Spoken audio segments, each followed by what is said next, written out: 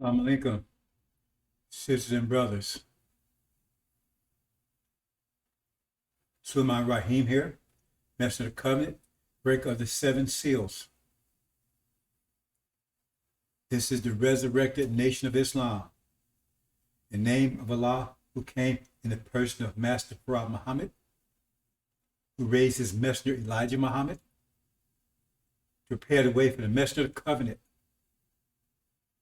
Sulaiman, son of man, welcome, brothers and sisters.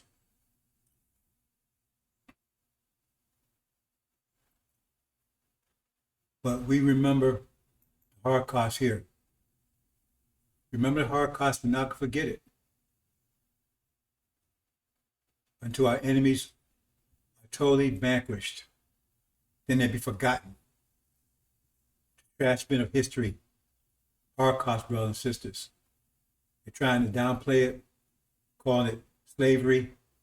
Yeah, there was slavery and oppression and affliction. Read the Abrahamic covenant. Read the Abrahamic covenant. It said we'd be enslaved and afflicted. If afflicted was part of slavery, they wouldn't have to add afflicted, oppressed.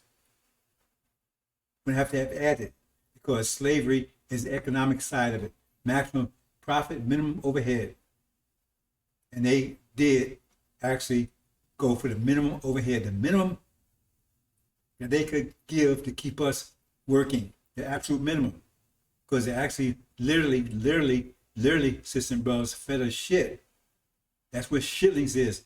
That's what it was called. You may call it chillings now. All you do is remove the C and put S there, and that's exactly what it was called, because that's exactly what it is. Because when you cook it, you know what it is. You see the shit floating on the water. You can smell it. And you hear people say, I'm not going to eat Aunt Sarah's chitlins because she don't clean them. You can't clean shit, brothers and sisters. That's what they fed us. They gave us the minimum to keep us alive to work. And they raped us and beat us and tortured us and tormented us. The Holocaust, they terrorized us for over 400 years. The only way you can maintain a system like that is through terror. Absolute terror, 24/7, 365, over 400 years. Constant, no break, no let up, no birthdays, no Christmas, no Sundays, no holidays, nothing. It's total terror. They had to terrorize us, constant terror. They terrorize you from the womb. That's why I said the womb, right? The womb. That's what I meant to say. The womb to the grave and beyond. Because they tell you if you didn't obey them, you're gonna be terrorized even after death. Because white master Scots gonna terrorize you and put you in hell forever and ever and ever. So they gave you they gave you nothing but terror. They terrorized you in the womb because that was their plan. Because once they realize you was pregnant, right, then they increase the terror, because they know that's going to affect the womb. That's going to influence the child. Because the mother's in absolute terror, that's going to affect the child. The child is you inflicting terror into the very nature of the child. They did that purposely. And it increased once you was born, increased up to adolescence. Because they wanted to make sure you was totally, completely terrorized, because they didn't want to have any trouble with you when you became an adult. Totally terrorized. That George Floyd thing, even now, you think you think black people still not terrorized? Look at George Floyd. He was bigger than the cop that would put his foot on his neck. But he's so terrorized, he stayed there letting choking to death. He didn't even fight for his own life. He was too terrorized to fight for his own life. He let the man choke the breath out of him. Black people are still terrorized. Negro butts, they terrorize you. It took 64 years of absolute terror to program you, right? Using the methods you see here much more to program you, brothers and sisters, to be Negro butts. Right over the assembly line in 1619, you came up 50, 55, so you came up here as Muslims, right? So they knew they could not break you. So they put man, like Elijah Muhammad taught, they put a man and woman in the same cage. They knew what the result would be. They never take the child. Before a child had any way of connect with their parents, even know about their parents. When they was probably before they was able to walk, took them and raised them up as animals. So divorced from their language, their culture, their family, anything. They told us that. How they know? How they know any better? And see, you're black just like those apes. Yes, they did. 64 years to complete that process. So the first Negro bus came off the assembly line in 1619, fully programmed to self-destruct, obey master no matter what, right? Not to think, because you need vocabulary to think, and they made sure you had no vocabulary. The vocabulary you had was yes, master, no, master, please, master, don't beat me, master, right? I'm sorry, master, I work harder, master. That's pretty much your vocabulary. And you can't think with that vocabulary. You need words to think, your vocabulary to think. That's what they did, purposely. They reduced us to animals. And they gave us a treatment, same, in fact, the dogs had a better treatment than we did. This is what they did. They had this thing called Breakers Island. I don't think I've talked about this before. It was right off the coast of Africa. That was your first stop before you got here. See? The process started right there. And so what they did was to rule out the screen out the most aggressive, the hardest ones they know they're gonna have to deal with. Right? They put in that island, they put in that break called Breakers Island. Like you break something, Breakers Island. I forgot the name of the island, but it was off the coast of Africa. And what they do there is they will put you through the most obscene tests. See? That's why a lot of black folks were killed right there. They make you eat shit. If you eat it, they will kill you. You had, in other words, to get through there, you had to make sure they had you pretty much broken. See? That's what I call Breakers Island. See? Now, see, this didn't start at 50-55. This was after 1619 when they started full-fledged slavery over here. See, because they didn't break those first ones. See, they had to separate. But after that, when they start bringing over full throttle, they said, oh, well, we got to do something, right? Because these people, it's impossible to break them. And they didn't want to go another 64 years to take their children. They wanted to break you before you got here. So they call it Breakers Island. They have you have sex with another man. All the things you would do, whatever they told you to. If you disobeyed anyway, they would just kill you. See? Because they want to make sure you was broke before you got here. They couldn't have broke the first ones. They realized they couldn't do it, so they had to find another way to do it. And they're called Breakers Island. So they break you before you got here. Couldn't break you, then just to kill you. See? Breakers Island. We're going to move into the we got quite a few things that I'm going to discuss, right? So let me start here. So I got kind of late on this because they took down my system again. Brothers and sisters, you have no idea how much effort I have to take just to do a broadcast. Sometimes 2 or 3 hours just to get through all the BS just to get it going. Let's see what we have here. Let's see what we have here. Okay. That.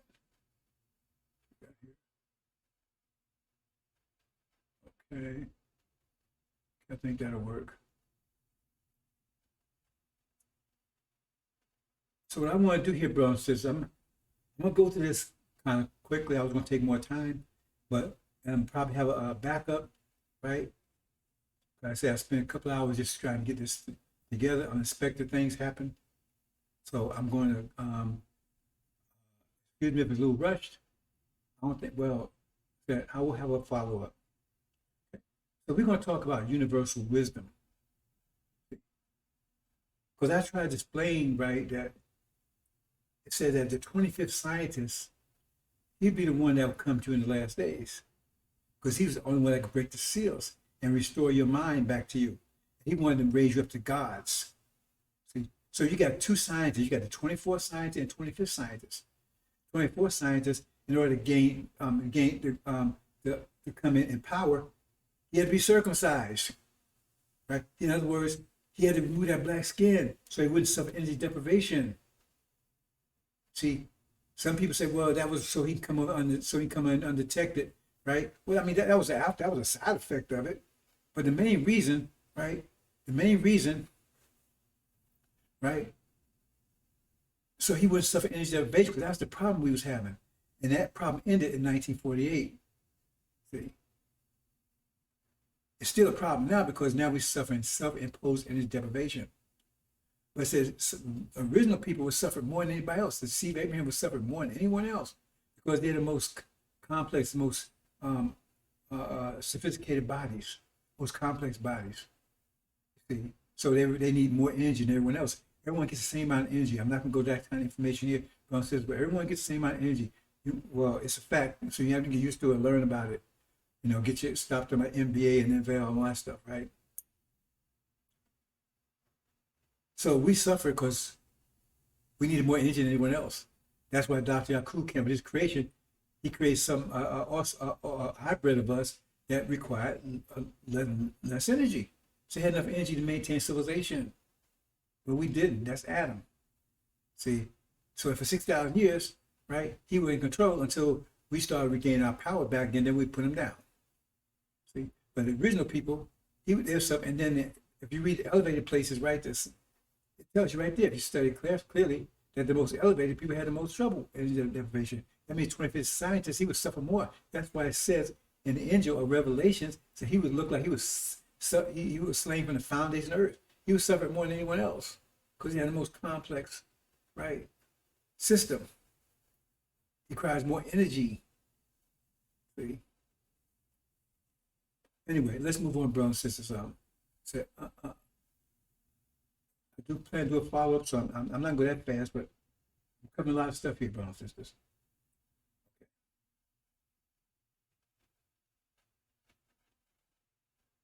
Okay, here you see the things that we're going to cover, but not in great detail. We'll be all night. Pressure. These different aspects, this because you need to understand, brothers and sisters, you have to have thorough knowledge of yourself. You have to have thorough knowledge of creation because you came as angels, you have to leave as gods. So I'm going to go walk this with you, but you need to study it because you need to understand how your creation works. And the devil doesn't have this information. They have it now. I'm giving it to him. But so far, not anyone has stepped forward and said anything is wrong. Because they still understand it. They don't understand the creation. The Quran says they look and they get confused. They look get more confused, right? Because they don't understand it. They don't understand what gravity is. They don't understand how it works mathematically. That's different between knowing actually what it is, right? They can't apply mathematics.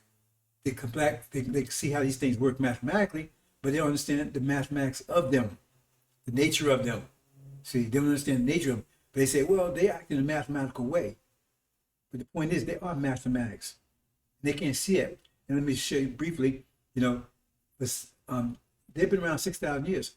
But for its first 5,000 years, they didn't know what zero was. There was no zero in their mathematics. The Greeks didn't have a zero. The Romans didn't have a zero. Look at Roman numerals, didn't have it. Because it didn't make any sense to them. 5,000 years, they didn't know what a zero was. They just found out 500 years ago. See? Just like right now, they don't know what matter is. They say, well, matter is infinitesimal small. That means it's so small, it's really almost infinitely small, but it still has size, which it had no size at all, but they can't relate to that. So they're not going to relate to most thing I'm saying. See? But they can't prove it's wrong. And it is absolutely right. I will be telling you. See?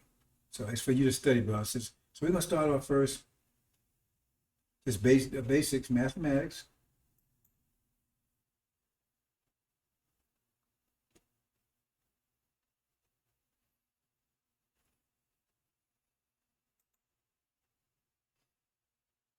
Okay, well that's a picture of Adam. The red balls are protons, and the blue ones are neutrons. We're going to talk about that. That's just a graphic right there, but we're going to talk about it. Pressure is reality. Mathematics is the nature of existence. Everything is mathematics.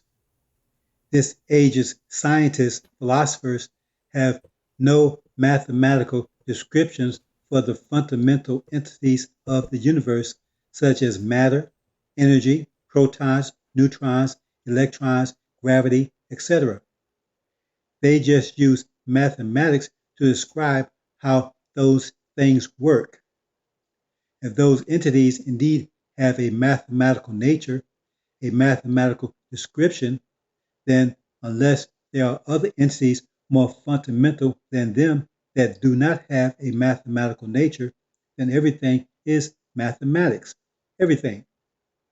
Mathematics don't just describe our reality, mathematics is our reality. In mathematics, there are mathematical constructs that define systems. Trigonometry, for instance, is based on triangles. Calculus is based on the process of going from one dimension to another. There is one construct that encompasses them all, and that is pressure, and its opposite, tension. Pressure is force, and force is the most fundamental concept of mathematics. For every action, there is an opposite but equal reaction. Force is an action, and whatever force is applied, there is a corresponding instantaneous opposite force in effect. This is called justice. It is the equal sign in mathematics. It is called consequence. Whatever is on one side of the equation must be balanced on the other side of the equal sign. It is also called, quote, balance, end quote. It is the most fundamental law in the universe. It is the nature of which the original being created itself.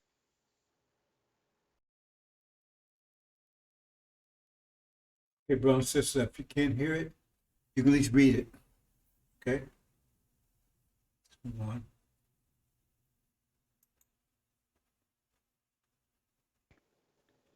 It took the pressure of a fully contracted / imploded universe called the, quote, Big Bang, end quote, to produce the pressure needed for us to self-create.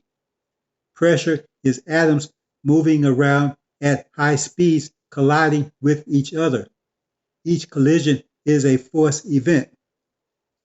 Pressure is just a field of force events. Temperature is the measure of how fast the atoms are moving within the pressure field. In a pressure field where the atoms are moving at hyperspeeds, a phenomenon occurs called harmonic motion, which causes the atoms to stop colliding. Harmonic motion is when atoms move in harmony in a circular fashion, pushing against the surface of the field containing them. This event happened at the time of the universe's maximum contraction, where the temperatures reached the speed of 24 billion miles per second, causing them to achieve harmonic motion called consciousness. I'm going to try to explain this in very simple terms, brothers and sisters. It's not going to be like this throughout. The basic, I'm just trying to give you the basic. You need to read this, understand the basic concepts that govern the universe, right? And so our pressure is the nature of our existence. Pressure is the nature of the universe, right? In yourself, all your internal functions, right, are governed by pressure. Reproductive system, your heartbeat, your lungs, right? You're talking, you produce pressure waves, hearing, your sound waves. It's all pressure. So I'm just giving some layout stuff you can read on your own. But I said, don't fret, because I'm gonna explain these things as we go further. I'm just laying out. So this is primarily for you something to study, right? So we keep that in mind.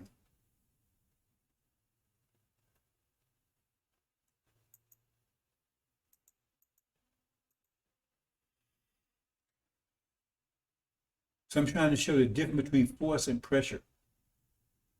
See, in this situation, right? You see, this the one on the right side, the cube on the right side, is hitting force from all sides, right? But when you have when force comes from every side, from every aspect, it's like it's spread out. So in other words, that's pressure. It's still force, but when it's covering you all the way around, then you consider pressure, like in a balloon, to the pressure. But when it's just like a bullet, they just call that force. Just hitting one side, they call that force.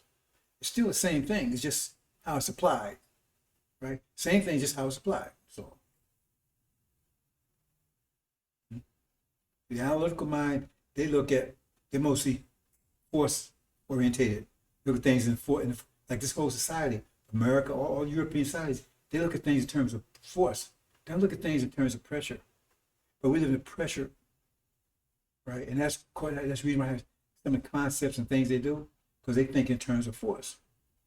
But really, nature universe is pressure, which is force, but it's comprehensive force. Pressure, that's another way of looking at it.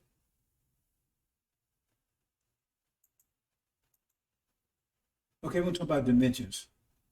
Now, there's only 4 dimensions, brothers and sisters. You got these clowns out there trying to all these Newton dimensions did not and stuff. invent or discover the Stop in calculus, their tracks. what has become Not to stop be in their called, tracks. Just say quote, prove it. the calculus, And end quote, because they was can't a prove there's any other mathematical dimensions. method known in India, South/Central America, Africa, and even to some degree in China.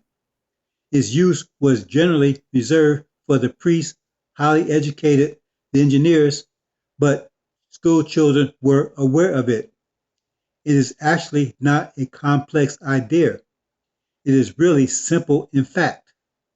The Europeans learned of the calculus method from their journeys to those lands and brought the knowledge back to Europe. The books and knowledge that they were able to steal from those cultures was brought back home and given to people like Newton to check and verify and find some use for it.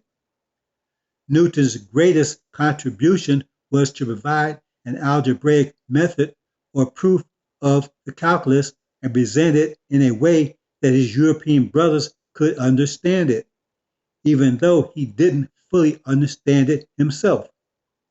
Ask yourself, if he invented the calculus and was such a mathematical genius, why didn't he even imagine the integral, which is the inverse of the derivative, as subtraction is to addition and division is to multiplication? It's because he didn't invent it and didn't fully understand it. Every mediocre mathematician knows that there is an inverse to every method, but he didn't see or conceive the obvious, the inverse of the derivative of what is called the calculus. Just consider the following slides and see if the calculus is not something a child could understand. Okay, brothers and sisters, what we're going to do here is I'm going to show you how calculus works. I'm not going to go into the details. I'm just giving you the basic idea, because show you it's very simple, but they make it very complicated purposefully. Partly because they don't understand it fully themselves. Because calculus is just going from one dimension to another. It's the process of going from one dimension to another. Now, most of you don't even know what dimensions are, right? Because, or you know what Matt Johnson doing, you know his stats. You know what King James is doing, LeBron doing, you know his stats, all that. So you know that. Which don't buy you shit, don't buy anything, but you know it, because that's what they want you to know. Because you can't do anything with that. You can't get a job with that. But then once you know about mathematics, when you're the supreme mathematician, you are a supreme mathematician. The original people are supreme, because you put all the stars, everything out there. You know, math is your nature. But they've got you confused, and now you got your hip up Magic Johnson's ass, and so therefore they're controlling you. See? So let's move on. See.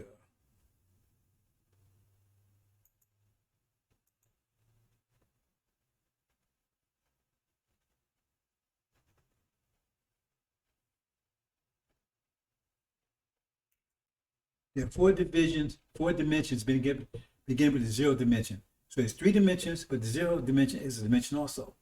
There's no more dimensions other than that. Ain't no 5th, 6th, 7th dimension of that crap, right?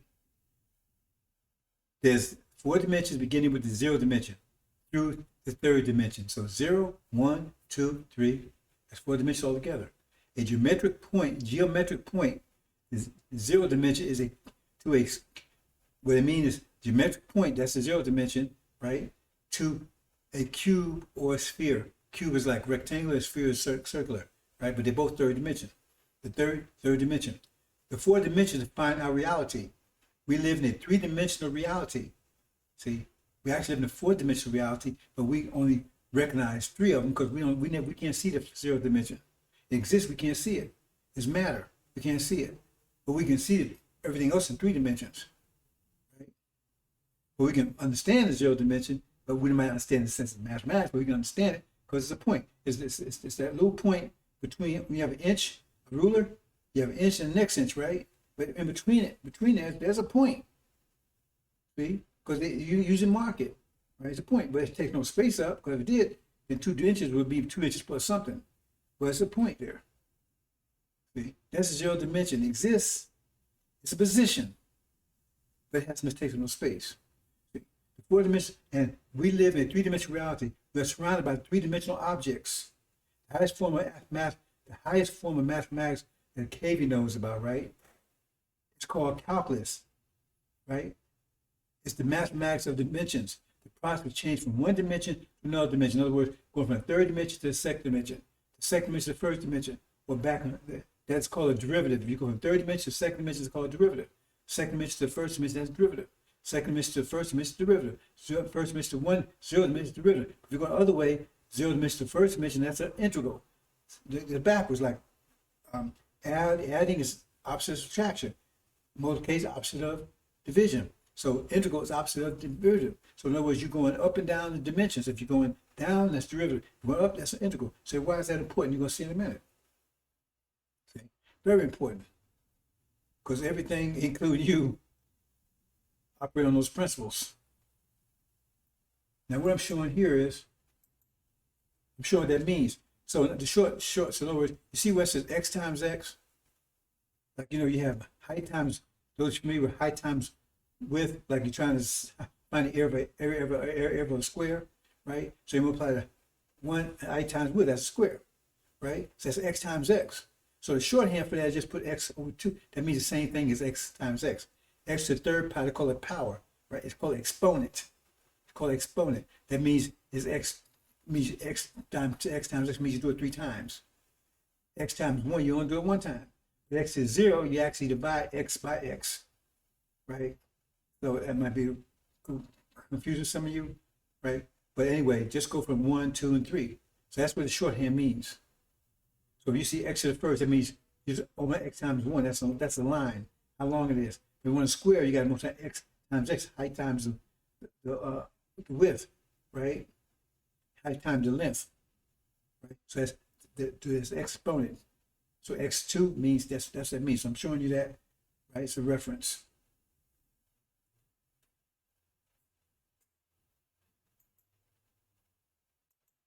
I'm sure a geometric point is defined as a zero dimension. It means dimensions mean space. So it means it has no space. Zero dimension means it has no space, but it exists. See, first dimension is a line. See, just a line. That's first dimension. Second dimension is a square. Third dimension is a cube. Let me say this. It's kind of generic here, and I mean I can go into detail, but I don't want because I'm trying to move along with this. And it's not quite accurate, but well, it is accurate. But I mean, yeah, some of you super science out there goes, hey, well, anyway, if you take a rubber band, say it's 1 inch long, and your spans are 2 inches, where does the inch come from? See, some people say, well, it was wide, so now it's thin. But yeah, because if you want to go that deep to it, right? Because you really don't need to go that deep, but you should get the point, right? But what you did is you're saying that width had the potential to be a length. So it converted to a length. So now you have longer and thinner. See, I don't want to go there, but just for basic, but because usually this is sufficient for most people. Just say where that extra inch come from. That means it was potential space. It was potential space. It still means the same thing in the analogy I gave you about width and length. Potential space. It had potential to be a line, but it was width. So it's potential space. So where you span it, it's potential space. So in other words, it's not space yet. But by you pulling it, you convert it into space. So now we have 1 inch, now you got 2 inches. So Hold on to that, brothers and sisters. Hold on to that thought. Don't overthink it.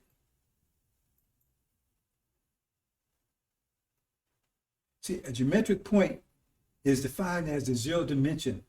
You cannot see or feel matter as it occupies no space. It is potential space. See, zero dimension is matter. They talk about matter, but see, they can't conceive that it takes no space. That's what it says infinitesimally small. That means they said matter is so small, but they know they can't see matter. You cannot see matter. When you see a card, that's not matter. You're seeing energy. Because you're seeing photons that's energy. But you think it's matter. It's not matter. When you feel something, that's not matter. You feel an energy.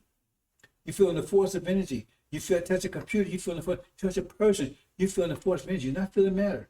You can't feel matter, right? You can't see it, right? You can't touch it. It takes space to exist, but you can't. So what you think you're seeing, that's why we get these mathematics ideas correct. You're not seeing matter. When you see a person, you feel to touch them. That's energy that you're touching, not matter. It's energy. There's different forms of it, but it's still energy. Okay, but zero dimension is matter, but it takes no space. See, and the only things that you can see is stuff that emits photons, and matter does not emit photons. It doesn't emit photons, you can't see it. See, that's one of the reasons why things are black. Some things are black because they don't emit photons. So what you do, you're not seeing anything. What you're doing, you're seeing the absence of seeing something. When you see black, you're not seeing black. You're seeing the absence of color. In which you say, I don't see anything. Really, when you see black, you're not seeing anything. But you know it's everything else. You see everything around it, so you know it's there, because you can't see it. I don't know if you get that, bro. It's just when you're black, you can't see black because it doesn't emit any photons. That means, in other words, what you see is photons coming to your eyes. Different levels. I'm gonna go a little bit. I'm talking about a little bit later on photon, but that's what you're seeing. Photons come to your eyes. So what if an object doesn't emit photons, then you don't see any photons coming, but you see a space there that has no photons coming from it. It's black. It's black. So dark-skinned people, they absorb the photons, so they don't come back to you, so they don't reflect. White people, they come back to you, all of them, so that's why you see white. You see white, but you can't see black. And that's why they get burnt, because the photons, instead of being absorbed, it hits their skin and come back and bounce off. So that's heat. That's heat. See? But we absorb it. The blacker you are, the more you absorb it. Okay. So after I said, but you can't see black. Black's absence of photons, absence of light. You gotta understand your creation, brother. You're not gonna return to have a thorough knowledge of self. And I gotta give it to you. A geometric line is defined as first dimension is linear space. Just a line. Just a line. So that's just x. X is first power. That's considered linear. X0 is a point. You can't see it. Line, right? See. X is second power. X is square. See? Or plane. Mathematically called a planar space. Planar space. But it's a plane or a square. It's x is square. X times x, right? I'm moving really rapid through this. Then x times to third, that's a cube. X times x, right? Length times height times the width, right? That's how you find the volume of luminous space. Okay, that's what that defines. So I'm showing you what these things define. But we're going to do something with this in a minute.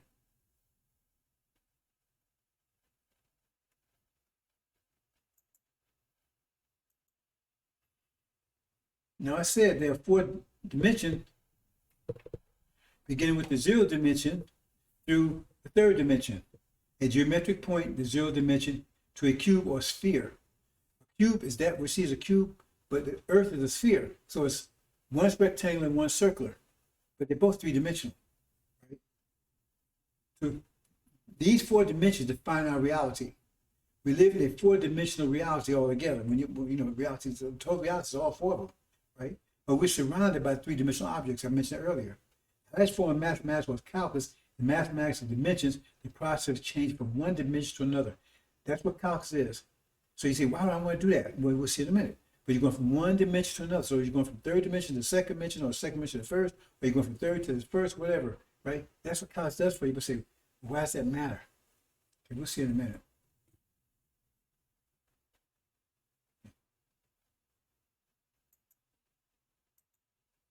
Oh, wow. Long way to go. We're about half an hour already. Okay, see here? A geometric cube is defined as a third dimension. A cube has 6 sides, planes, but only 3 sides, planes are significant. The other planes are just a mirror image of the 3 base side planes. The derivative of x to the third is 3x squared, which is 3 squares. So see that cube right there? It has 6 sides to it.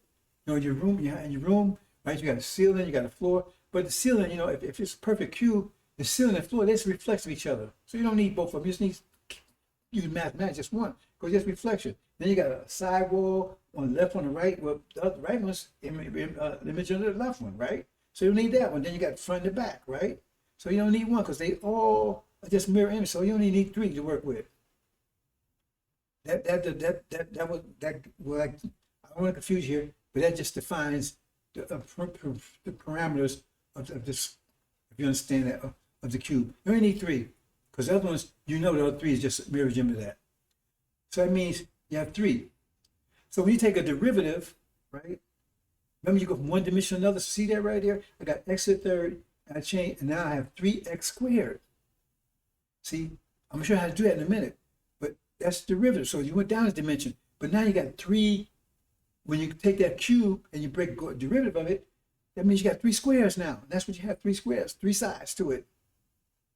Remember, the other 3 sides just a mirror image. That's what you do with take a derivative. You say you went down a dimension. Derivatives go down a dimension. Integrals go up.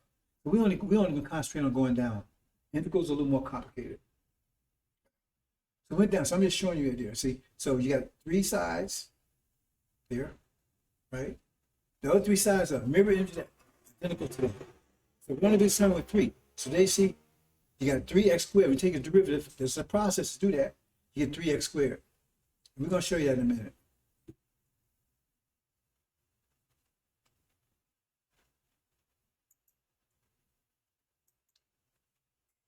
Now see here, you take a square, you take a derivative of that, right? See, now you got 2x squared.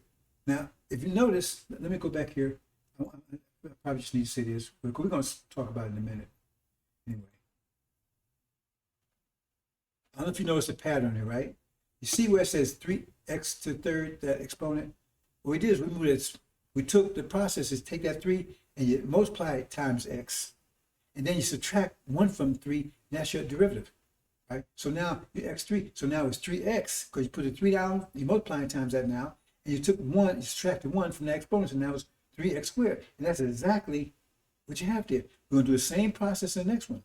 Right? We're going to take the exponent, and we're going to multiply x times the exponent to get the derivative, and we're going to subtract 1 from the exponent, and that's what we know, that's what the derivative is. So we'll see how that works.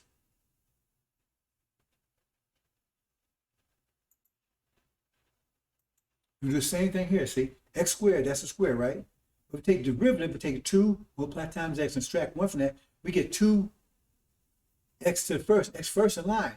There you go, 2 lines. 2 lines makes up a square, because the other side is a mirror image of that. It's 4 lines altogether, but 2 is a mirror image.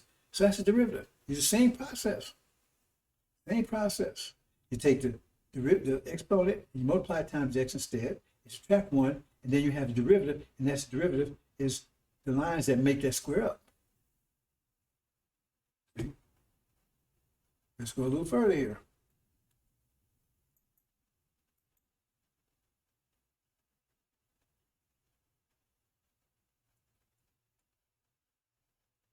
Okay, well, I just repeat myself here, but you can read it and study it, process it. So look here. Now look at a line, right? A line is x is first, right? We'll take the derivative, right? If we get 1, take 1 times x and multiply to 0, that means you got 1 point, right? Because a line has 2 points, but 1 is the mirror image of the other, so we only need 1 of them. And there you go. It's 1 point. I hope you see the pattern here, brothers and sisters, right? So, like I said, this is primarily future study. See?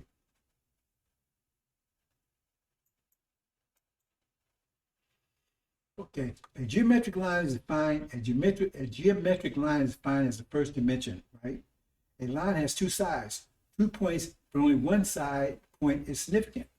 The other one is just a mirror image of the one base side or point. The derivative of x to the first is 1, x to the 0 means 1 point, which is 1 point. The 0 dimension is a point or position, which means it exists, but possesses no space as defined as x to the 0, because it has no, it exists, but it doesn't take up any space. And that's hard for some people to understand. So, but if it don't take up space, how it exists, what it does.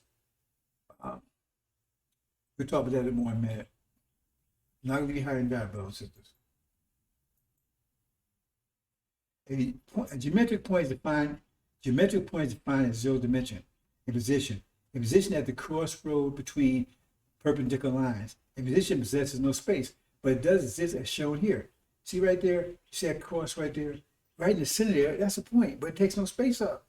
It's a point of position. The position right there, but that takes my space, because that line would be longer than it would be. It's a point, it's just position.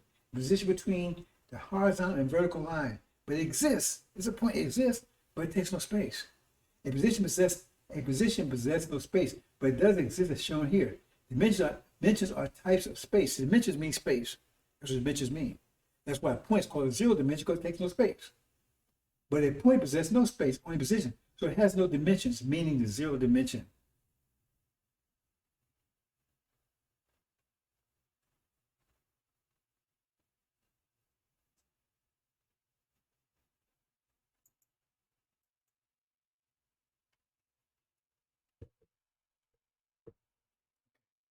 That's all a derivative is. Very simple. Yet they make it seem so complicated. They will never tell you that it's just the process of going from one dimension to another. For instance, if you're driving your car down a highway, listen carefully, that's considered velocity. Right? Some people call it speed. But when you drive a car down a highway, the mathematical term is velocity, right? But some people call it speed. Well, it's really two different things. But anyway, it's close. You know, it's workable. Velocity is described as a straight line. You're going straight line, right? At 10 miles per hour, right? Straight line. Right? It's not going to curve, you're going straight line. That's velocity. Going from one point to another. But to stop at the other point. So in other words, you're going from here to New York, but then you stop in New York, right? Or you're going from here to Florida, and you stop at Florida. To mean the other direction, right? But to stop at the other point, you must apply a braking force. So you're traveling down, and say you're traveling down the highway, and then there's a stop sign. Well, then you got to put the brakes on, right? You got to stop. So you went from the first dimension, a line, to the 0 dimension. See, because you're not moving, you went to a point. You're at a point, you stopped there. See what I'm saying? You went down a dimension because you was moving. That's a line, but now right, you stop. That's a point. You're right there. You understand? Yeah. So you're not moving anymore. You went down a dimension. You went from the first dimension line down to a point because now you stopped. So you just went from the first dimension, a line, to a 0 dimension, which is a point. You had some position, right? See, but you're not moving.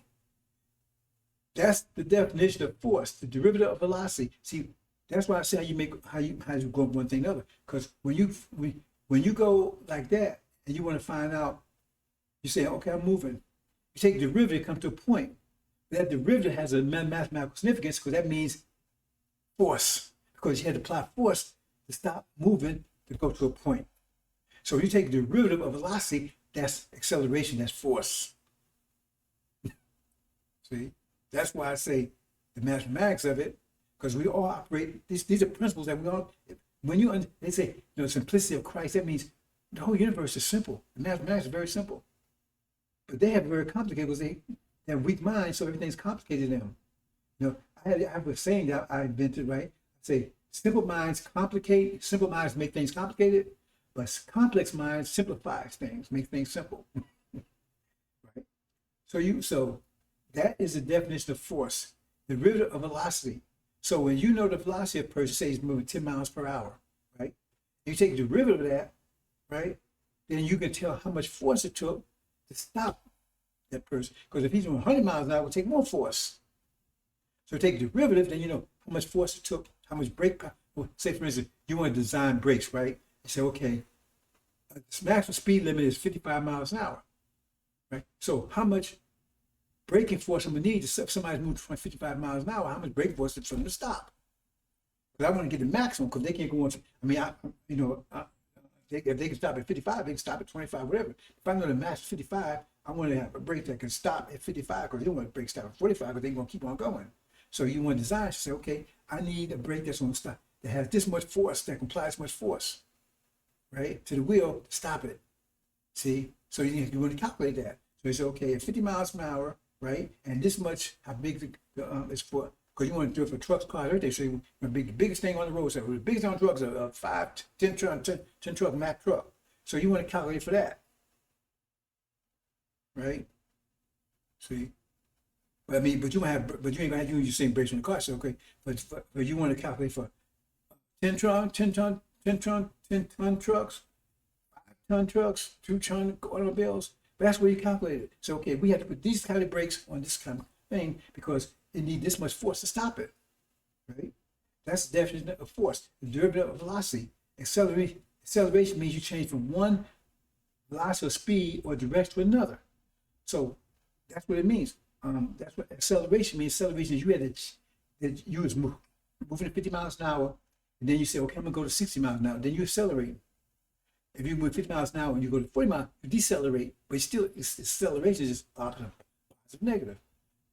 But either way, right, you wasn't going 50 miles an hour anymore. So if you was going 50 miles an hour and you went to 60 miles, then you ain't going 50 miles an hour anymore.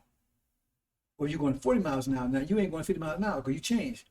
But to go to 40, you have to slow down. But to go to 60, you got to speed up. I mean, you had to change, you had to make a change. In other words, you had to change in force. See, because you had to apply more force on the accelerator to move up to 60, you had to apply more force to do that. Right? If you want to decelerate, then you got to, slow down, pump your brakes, slow down. But you got to apply force to change it. That's what acceleration is. Because you got to apply force to change what you was doing. Otherwise, if you was going 50 miles an hour, you just going 50 miles an hour, right? And you don't even feel it. But if you step on accelerator, you're going to start feeling yourself pressed against the chair. If you try to turn, you're going to feel yourself pulled in a direction. If you slow down, you're going to feel it. Because you change, that's acceleration. You change the velocity. You made a change. And it requires force to do that. So we have to take the relative derivative of what you was doing, and then you find how much force it took to speed up, slow down, or to make a turn. So that's why you take the derivative. Because you're going from one dimension to another. See, because you got to stop. In other words, you have to stop. If you change, if you go faster or slower or change direction, you got to stop doing what you was doing because you're moving up, down, or around. But you had to stop doing that. Means you had to go to a point because you had the point where you wasn't doing that anymore, and now you're doing something else. See, so it means you change from one velocity direction to another velocity direction, which means you have to stop going in your current direction to change to a different direction. When you stop, you are not moving, so you are at a point, a position, and that's called mass times acceleration equals force. So acceleration means you change, but it depends on, like I said, the force going to determine how big the trail is. That's what mass is, right? The force that you're going to need to stop. You got the acceleration, right? That's a derivative. But now you got to multiply it times. If it's a Mack trailer, if it's a 10-ton trailer, or it's a 2-ton car, right? So as a trailer, the force is going to be much bigger. But if it's just a 2-ton car, then it's only going to be much less. That's why you have mass times acceleration. Acceleration is it made the change. But how much mass is in that change that requires that change? Whereas you slow down, but what are you slowing down? You're slowing down a Mack truck, or you're slowing down a bicycle. So if you slow down a Mack truck, you're going to need a whole lot of force. Slow that down. If you slow down a bicycle, you don't need that much. It says mass. You got to put mass times acceleration to the force. Because acceleration is force itself, actually. See, but how much is it? It's like a scalar. Scalar means you up the scales. In other words, right? You got to factor in how heavy the thing is that you're working with. Hope you understand, brother and sister. So there's the formula right there. Derivative equals, see, like x, n means it could be 10, 21, whatever it is, right? But if you want to find a derivative, you have to take that n and multiply it times the x, whatever it is. If it's 3, then you multiply it times the x, and then subtract 1 from 3. So therefore, you'd have 3x squared, like I showed you before. That's the formula. Take a derivative. Let me just show you the simple. I mean, you could use calculus for just about it. I can tell you, see, calculus is something that is only limited by your ability to think, because it's a tool. And you got to find ways how to use it, because it has all kinds of applications, but you got to figure out how to use it in particular application. And I'm not going to go too far afield here, because like when I left Chicago in 1984, right? After Mission was departed after that, I stayed there for a while, right? And I got married. I got remarried, right? And I was working at Time Magazine. I was a computer before I started my own business, right? So I went to school, learning computers and stuff, right? And so I was working at Montgomery Wards. I wanted to move up, right? And so I went to apply for Time Magazine, and they had this test. And that's why I say, if you want to keep black folks out, put a black person in HR. Well, this dude, man, this black dude, he had designed this test. There wasn't no black people going to survive. More black folks end up on mathematics. I'm a mathematician. I always loved math. I'm a good solving problem. I'm a genius. I'm a genius solving mathematical problem. I'm saying any kind of problem, especially mathematics, right? Or logic problems or riddles. My job was excellent at it. I mean, I look at it like, I get it, right? That's how I was able to break the seals, but that's another issue. So I went over to the interview, and the dude told me, he said, well, you got to take, it's going to take you, it's a 5-hour test you got to take. It's 5 hours. What kind of test is that? I'm thinking it's going to be a whole lot of questions. So it's only 5 questions. It's only going to be 5 questions. This test will take me 5 hours to do it. Are you serious? That's what he said. So you have to take your day off, or, time off from what you're working at. I said, man, are you crazy? I said, okay. So I did it. So I came in. I took the test. And he was right. Because all the stuff you had to do, the computer stuff, everything to do to figure this thing out. But I got this last question on there, right? And they sent this thing out to a personality thing, all that kind of stuff to check your IQ and your personality or psychological stuff. They do that. That was Time Magazine. They monster. And what no black folks were. There was one black person there. Well, everybody, she was there because her father was like a maintenance man. He got her in there. But her husband, she was a young girl. I mean, I was in my 30s at the time, right? Yeah, I was about, I was, and they was out of college. See, but she got in, but she wouldn't let her husband in. He had a higher degree than hers, because they wouldn't let no black folks up in there. And remember, the guy was, HR was a black guy, Negro butt or demon or whatever. I got the last one, and I saw that this was a calculus problem, right? I'm not going into details about it. I saw that knocked out 2 minutes. See? And so I went and turned in. He said, hey, hold on. You got another hour. Finish. So they called me back the next day, right? They called me and said, man, damn, you know how good you're doing that test? They said, we sound psychologically. They said, man, nobody's ever done a test in less than 5 hours. See? And what you had was just give them all your work, all the stuff that you did. Right? They want to see how you came with these answers and all that kind of stuff. They want to see all that stuff. So they brought me on board. Right? See, because I guess nobody saw it before. Because see, calculus is very powerful, and you got to find, you got to see. It's in your life. Right? Everything you do has to do with calculus, but you got to learn calculus and then know how to apply it. Because when you know how to apply it, you can do all kinds of things. See people doing this. Remember back in and it was what was that, 2008, when they had a big financial crisis because of derivatives.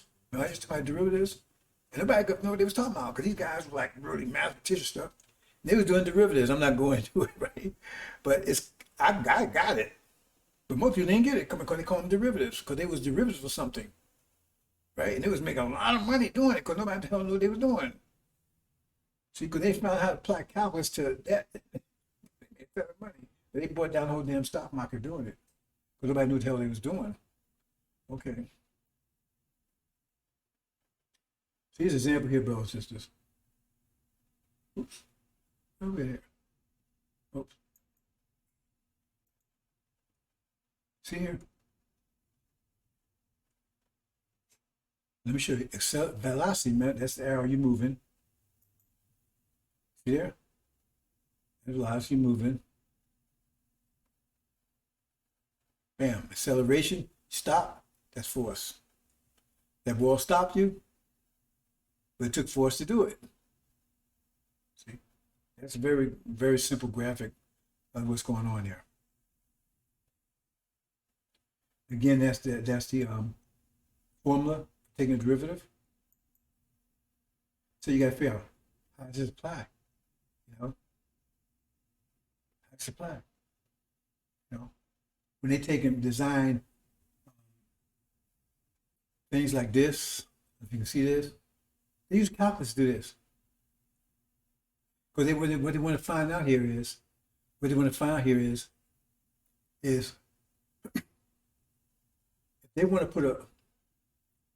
if they want to sell you a pint of something, right? Okay, they got to go and have somebody, a container to put it in, right? So they want to figure out what's the cheapest material they can use, and what's the cheapest form they can use. They use the least amount of material to put that in, because the more material, it's going more money. So they do the calculus and say, okay, if we come this form right here, you see right here, this is you're going to less material to put a pint of liquid in. So I might save myself $1 million. I'm selling $1 million of these things. I'm saving $1 million because instead of paying maybe 50 cents, I'm only paying 25 cents because I designed something that takes less decent amount of material to hold the same amount of fluid. They don't just come with this stuff. So okay, I'm just coming. No, they do calculus.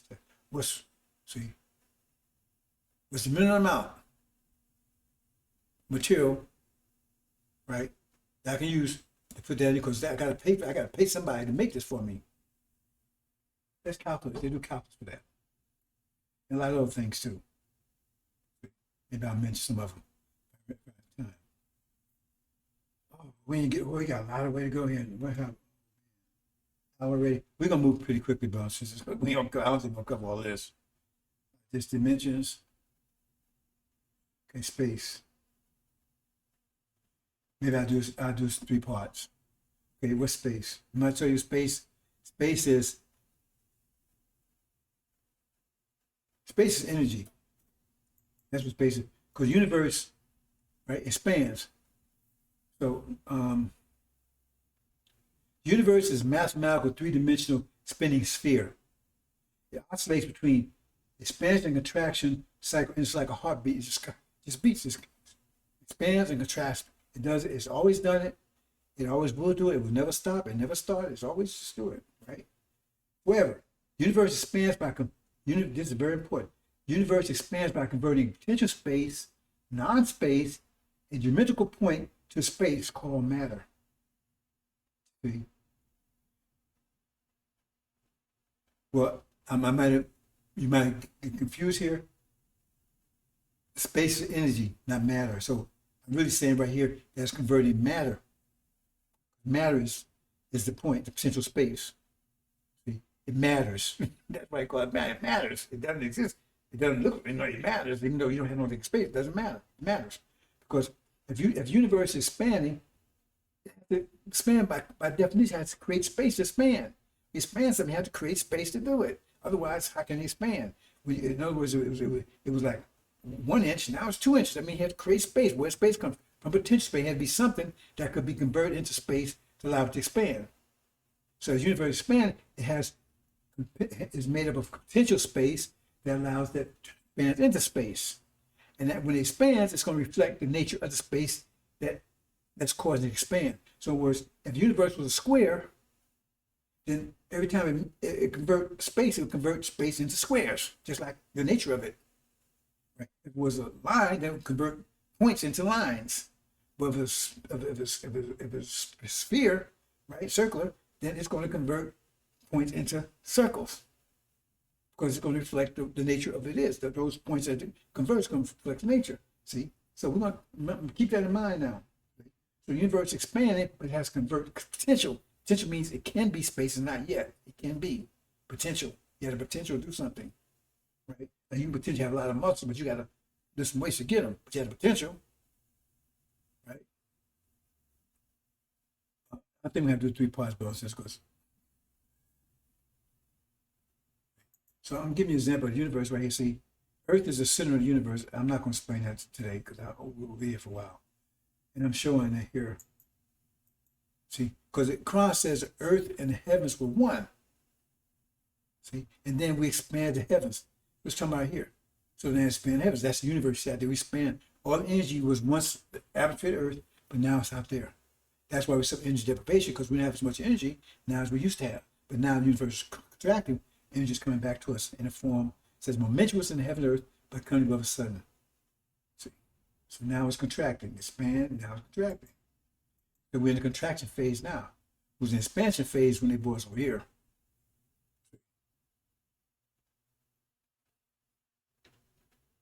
So that's space. See? Okay, let's deal with matter.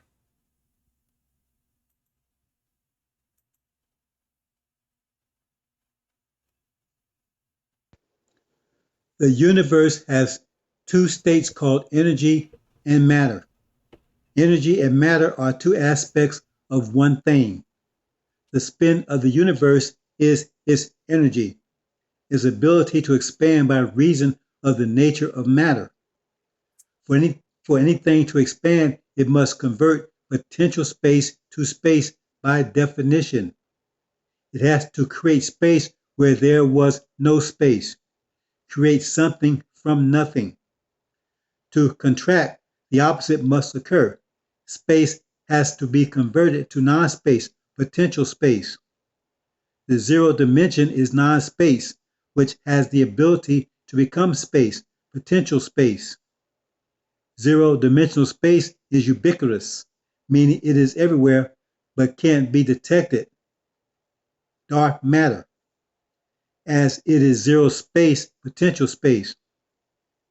0-dimensional space is geometrically a point. 0-dimensional space is matter. Matter can be converted to space. All space is energy. Now, they know that energy and matter are 2 sides of the same thing, because, I mean, that's what Einstein's equation, E equals mc squared. See? Energy equals mass times acceleration. Energy equals E equals mc squared. Energy equals mass accelerated twice the speed of light squared. That's this conversion factor. Because when you convert energy, right, that gets more complicated. But same thing, because that's when you get to, if you can converting, it's like a nuclear fission when you take it and convert to energy. Well, that's the relationship.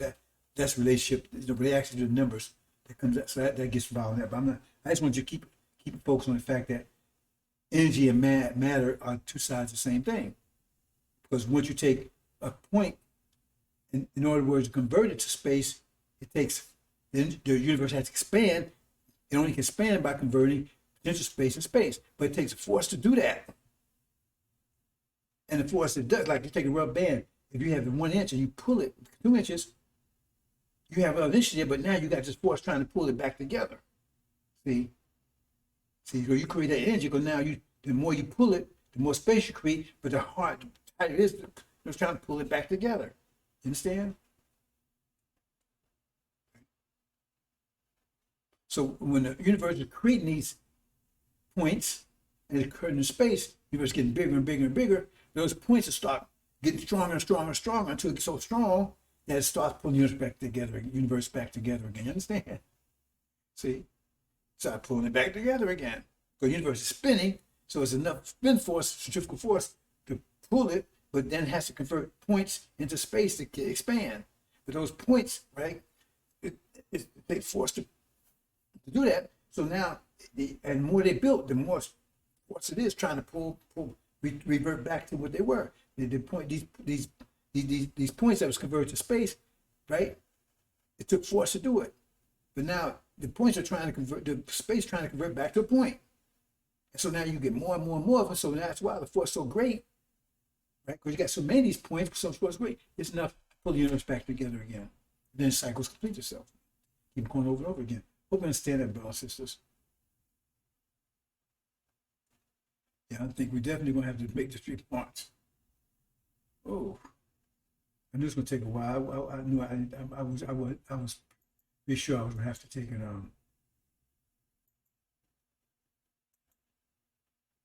Okay, what I'm showing you, you don't see anything, but that's the point. You can't see a point. You can, it's there, you can't see it. See now, see, it's been expanded.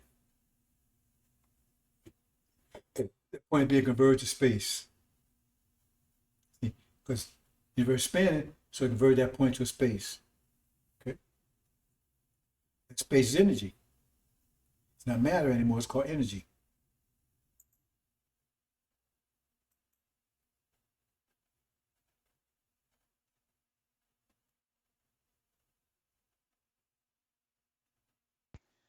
Energy is space. All space is energy. It takes the centrifugal force of the spinning universe to convert potential space to space. Therefore, space is energy as force is energy. When a potential space, matter, is converted to space energy, the force that converted the potential space to space, matter to energy, is equal to the force/energy that generated it. That force is designated as 1 unit of energy. Thus, it takes 1 unit of force/energy to convert potential space matter to 1 unit of space energy. The universe is 3-dimensional. Therefore, the units of space/energy will reflect the nature of the universe that created it. The units of generated energy will also be 3-dimensional. If the universe was 6-dimensional, then the converted space would be 6-dimensional too.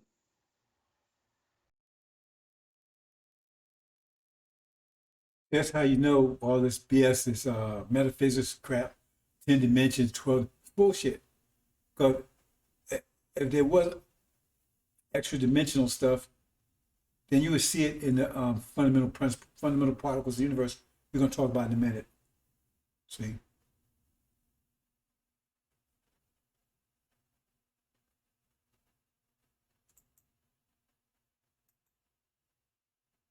Okay, again, kind of redundant, repeat myself here. See? Converting point which you can't see to space. That's how the universe expands, by converting potential energy into space, right? I mean, potential space into space, right? So then we go to energy.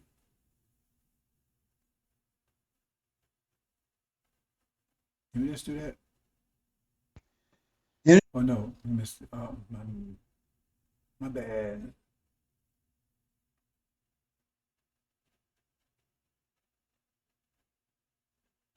We're going to talk about neutron.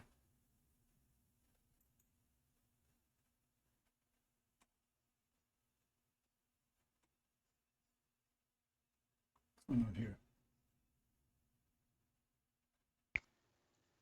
Neutrons are the units of energy/space that are generated by the expanding universe. The universe expands by converting matter to energy, potential space to space. Neutrons are three-dimensional spheres, as the universe is a three-dimensional, quote, mathematical, end quote, sphere. The more the universe expands, the more neutrons it spontaneously produces. You can determine how fast the universe is expanding by the rate at which neutrons are generated. It requires 1 unit of force to convert a matter unit to a neutron. Neutrons are tension fields. Tension is a pulling fission force. Pressure is opposite, is a pushing fusion force. Since the neutron is pulled or expanded into existence, it is a tension field.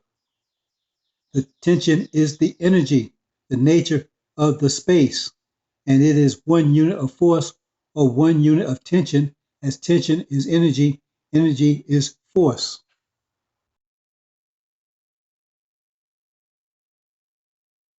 Okay, pressure pushes, but tension pulls, stops it, and subtraction. So the universe expands, that means it puts tension on that point to make it turn to space. So it's tension on it. So it's a tension field, it's like a rubber band. You pull it, now you got extra inch, but now you got tension. You got it takes force to keep that rubber band stretched like that. Because as it goes, it's going to pop back. So it takes, the more you pull it, the more force it's going to try to get you to pull it back. You understand what I'm saying? So, and we say that first, that, and since the universe is sphere, a circle, a sphere, then the space it creates is going to be spheres. That's neutron. See, that's what neutrons are. Because they tell you, see, the KV says, they don't know where neutrons come from. They say, it's pop, they say that. I mean, if you check, they say it's pop into existence. They say neutrons just pop into existence. They don't know where it comes from. It just pops into existence. That's what you get, is three-dimensional universe, all that kind of stuff, you know. But they say neutrons just come out of nowhere. They don't realize the neutrons are produced by the universe expanding. They say they spontaneously, neutrons just spontaneously come into existence. See? Sisters.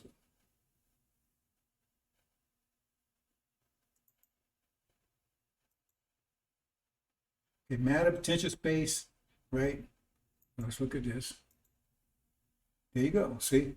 Universe expand, it produces a neutron. That's not actually what a neutron looks, right? In those lines and stuff.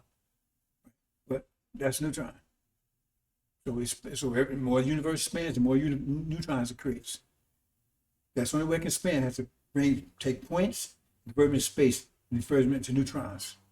Right? Okay. The tension field. Why tension? Because the neutron is trying to go back to being a point. But it takes the universe expanding to force it into that size. See? But it wants, it's like a rubber band. The rubber band wants to go back to being a 1 inch. You pull it at 2 inches, but it's trying to go back to 1 inch. And so you got to apply force to keep it at 2 inches. If you let it go, it's going back to 1 inch. I'm not confusing anybody here. Neutron. Well, I mean, I'm going to stop here. Okay, we'll go a few more minutes, but I don't think we're going to finish this because there's a lot of stuff here. Let's see if we can go quickly. Here's a proton. Neutrons exposed to 2 units of force spins. A spinning neutron is a proton. A proton is 2 units of force, tension, energy. Matter can only be converted to the size of a neutron. Not being able to expand to a larger size, it spins instead. Force in the universe comes in discrete units, so-called quantum. A quanta is equal to the amount of force it takes to convert matter to energy or potential space to space. In this case, matter to a neutron. Quanta cannot be divided into fractions. The quanta unit is the smallest unit possible, except for its derivative. A derivative is not a fraction. It takes one quanta to convert matter to a neutron. It takes an additional quanta to convert a neutron to a proton. The second unit causes the neutron to spin. A spinning neutron is a proton. A neutron is a 1 quanta tension field. A proton is a 2 quanta tension field. Okay, brother and sisters, that's a little technical here.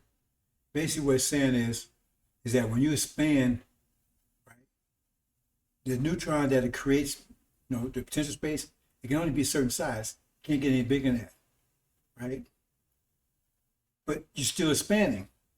So either produce another neutron or it causes that proton, the neutron, to spin. So the same amount of energy it took to create that neutron, it takes the same amount of energy to cause it to spin. And when it spins, then it's no longer a neutron anymore, it's a proton. A proton is a spinning neutron. See? And a proton, that's where the proton is spinning. Once it starts spinning, then it's a proton now. The neutron means a neutral. That's what I call a neutron, neutral. It doesn't have any force, no charge, anything, it's just neutral. But once it spins, it creates a thing called torque, right? Which is an electron, we'll talk about in a minute. But it produces charge because it's spinning now. It's like if you take a rock,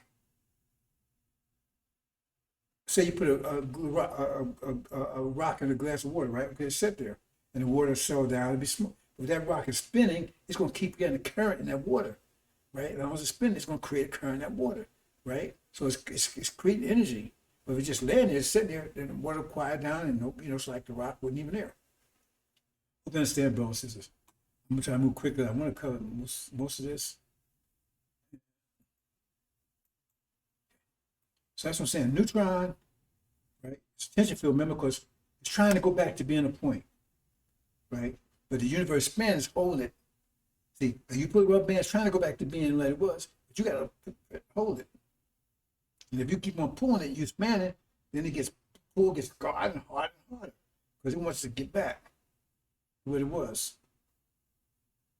See, there it is. Now it's spinning. Now it's a proton.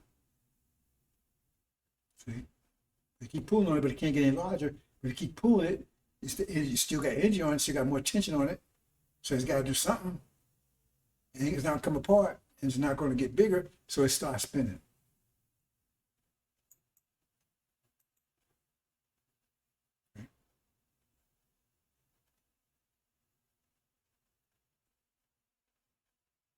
Okay.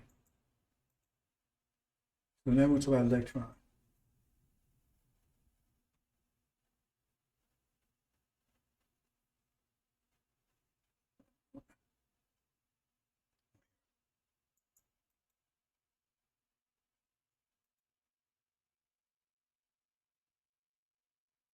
Okay.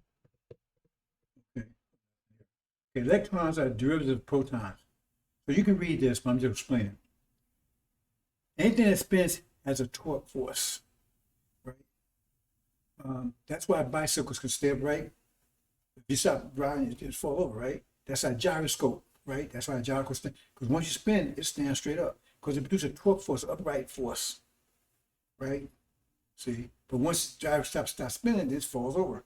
But anything spinning creates a torque force. That torque force is what's called electron. That's what electron is. A torque force generated by that neutron spinning. Now it's a proton, and so it has a torque force, which is electron. Now, you're not going to get this from these people because they don't know this, but they can't prove it's wrong because it's absolutely right mathematically. And that's why my job is here to teach you this stuff. This is your knowledge. You can upload it because you're the master of the universe, maker, owner, creator, and earth, God, universe. You don't get this in the message of black man either. Now, if you mathematicians out there, you say it's wrong, show me where it's wrong. Because so far, I've been talking about this for years. Nobody has ever yet showed me I was wrong in any aspect at all, not zero. Show me mathematically it's wrong. So, like I said, you can read it, right? But that's what that torque is, electron. See, so electron is a derivative, remember talking derivatives, of proton. And mathematically, we can do it mathematically. An electron does not look like they show you. They show you electron like a little point going around. No, that's how an electron looks. But then they can't see electron. You can't see an electron. See? You see the photon that it emits, right? But you can't see the electron itself. See, we're going to talk about that in a minute. So you can read it on your own, brothers and sisters. So we're going to try to move quickly here, quickly on this. See, so that's the proton. Now it produces one electron, but it has a position. In position can hold two. I'm not going that kind of detail here, brothers and sisters, right? But that, so you see that the proton that around it, that's the electron. The blue one around the electron. It can have two electrons, right? But when it's created, it only has one. But it has room for two. And electron looks more like that than what they show you. Because electron is, remember, it's a derivative. So a derivative of a sphere, right, is a plane or two-dimensional, right? Which would be like a hemisphere. See, I told you they don't know that the electron is derivative of proton. They don't know that. I'm telling you. See, so we'll leave it there.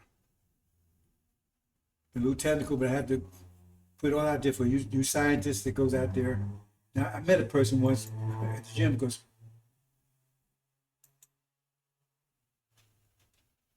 I've been sitting at the gym. I ain't know him. I published this. I have a book out there on Amazon. Years ago, 9 years ago, I guess, still out there, I believe. And he saw the book, boy, and he was trying to find out who wrote the book. And so he sent me an email or whatever. Hey man, he didn't know it was me. I didn't know it was him. Right? And I want to come back. Say, hey man, you just ain't do I know the gym. Right? He says 10% and all this kind of stuff, right? See? But he's in hyperspace. He's out there with talking about 10 dimensional stuff. But anyway, the proton is a spinning neutron. The spin generates torque. The torque is called electron. I said here. I think we can. Let me see how fast we can go here, bro. Since we're already almost an hour and a half into here. Oops. See, so I show you. Oops. Why it does this? So I show you, right? See, the arrows there that show you the torque. It's like a vector, right? So follows the right-hand rule, that kind of stuff. A lot of technical stuff that goes by both sides. I'm not going to talk about here. Oops. Electrons are torque that the proton produces. The electron has two-dimensional tension field, which is also a spinning current, which produces torque.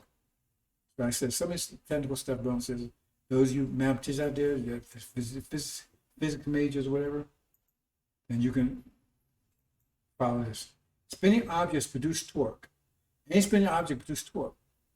See, your heart produces torque because it's your circulatory system. It produces torque. It's uplifting force. We're going to talk about that later on if we get time. Right? Spinning objects produce torque. A spinning sphere produces torque. The surface area of a torque of a spinning sphere is the surface area of the torque of a spinning sphere is the derivative of a spinning sphere. The derivative of a spinning sphere is a spinning plane. A spinning plane produces torque. Its torque is the derivative of the plane, which is a direction line. That's a little technical there, bro. Says I'm not going to explain it right here. Maybe some of you pick it up. I don't know. That gets into the motion of the electron.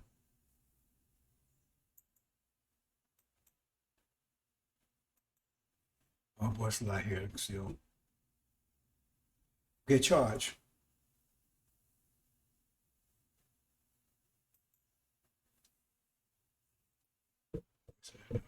Okay. Universal tension field. Okay, what I'm saying, I'm gonna talk. You can read this on your own, right? But because it spins, right? Remember, the result of it is because the universe is spinning, so it's part of the universe. It's material, but it's spinning, so it's producing a current around itself. It's producing a current around itself because it's spinning. So it's producing a current like waves, like you throw a rock into a pool, producing this current around itself because it's spinning, it's constantly spinning. So you got these ripples going out, constantly going out, right? See, but that's charged because another proton is doing the same thing. See, so in other words, those things will conflict with each other.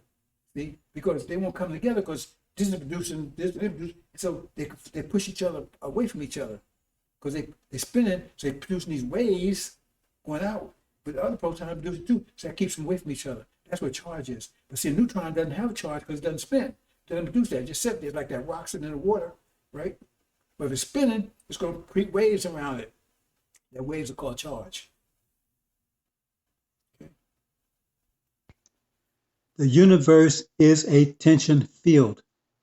The space or tension surrounding a proton, which itself is a 2-unit tension field, is equal to 2 tension units. A free neutron, being equal to 1 tension unit, will spontaneously convert to a proton as the space surrounding it is equal to 2 tension units.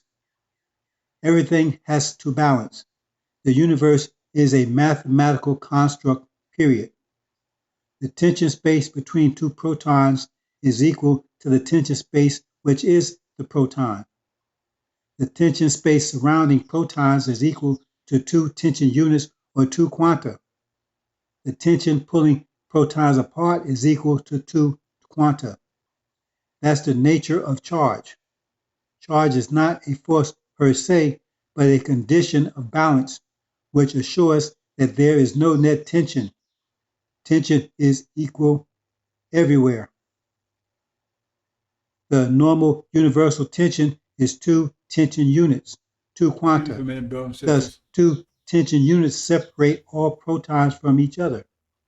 It takes 2 tension units to force them together, which generates a resisting force of 2 tension units pulling them apart.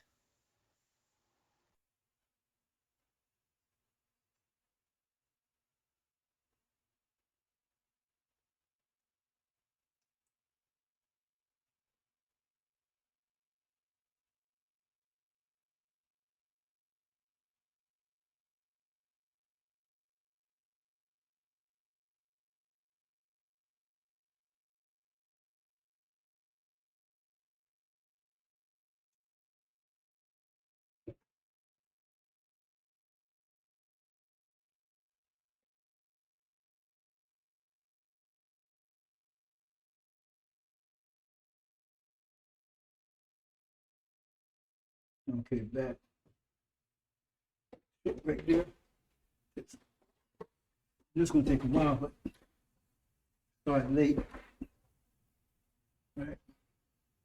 And taking longer than I expected.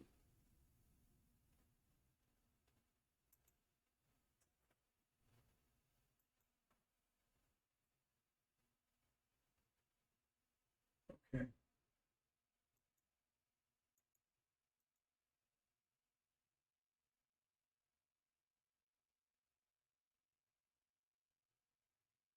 That's the example right there, right? See, in the center there, that's where the currents is conflicting between the two, right? And then remember, you also got the universe pulling these things. So you got the tension field outside of it that's pulling everything away from each other because the universe is expanding. So it's pulling everything away from each other's tension. So you got both these things happening at the same time. So you got the charge, right? See, that's keeping them apart because both of them are spinning and they both creating this current between them. So it's keeping them apart. See, it's a little more complicated than that, but I think you get the point. I hope you get the point anyway.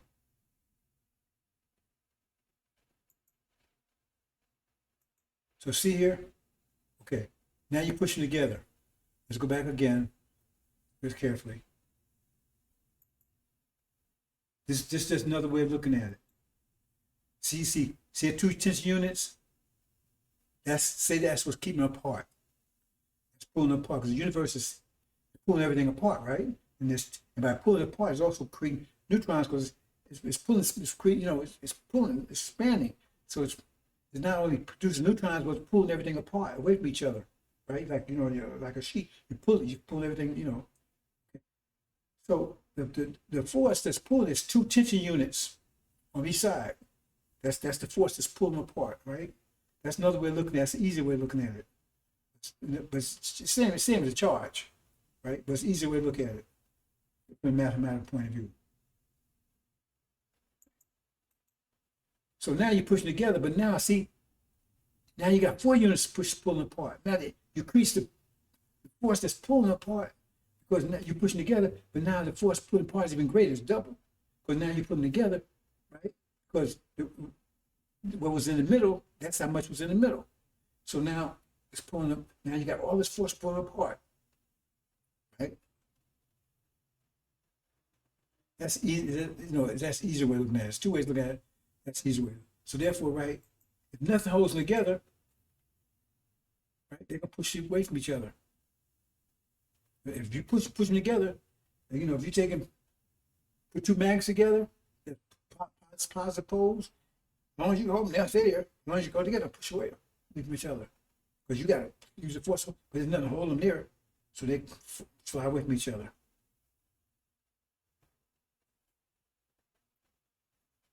I'm going to bypass this one, brothers and sisters, because this is, showing the same thing, but I don't want to confuse you here. I'm trying to show us in a geometrical way.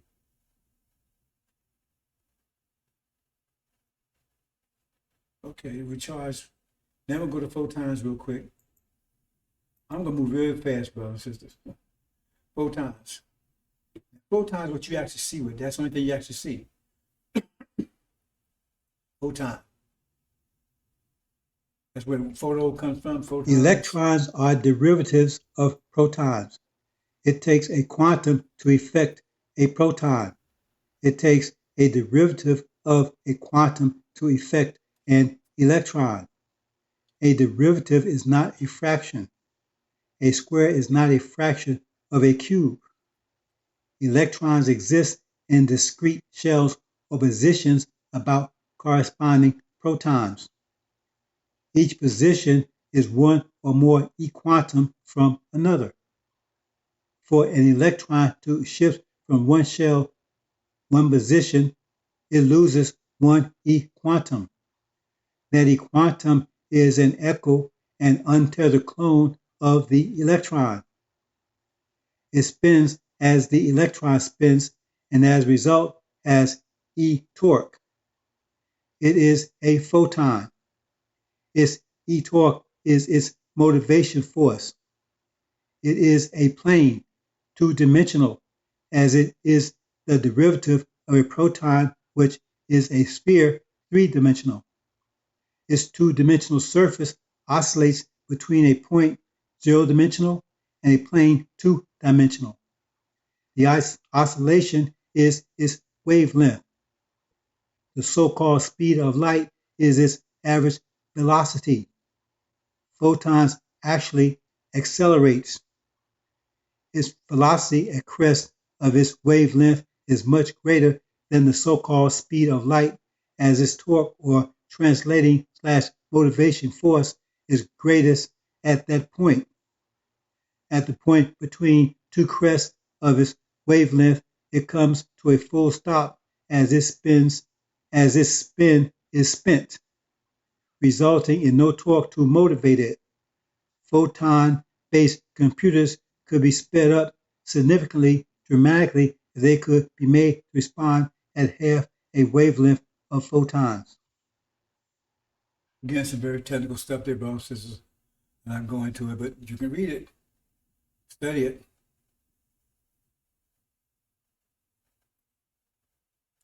So I'm giving some graphics, right? Photon is oscillating spinning tension field.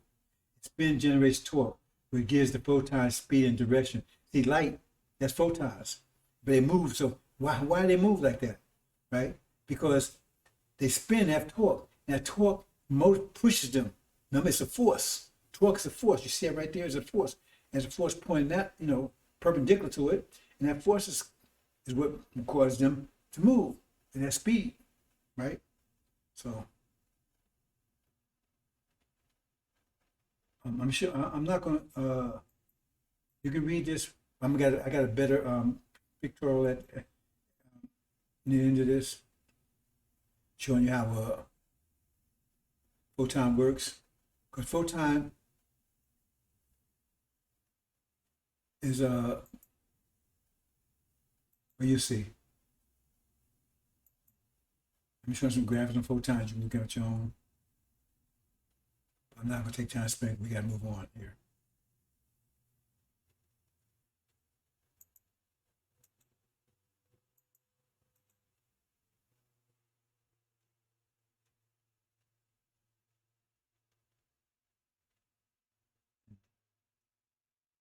I'm showing the motion of a photon, so you can study it, but I got a better picture of it at the end back here. So time to, because this is actually from the book I actually produced. I had a video, I had a, brought it back out for the purpose of this. Okay, here we go.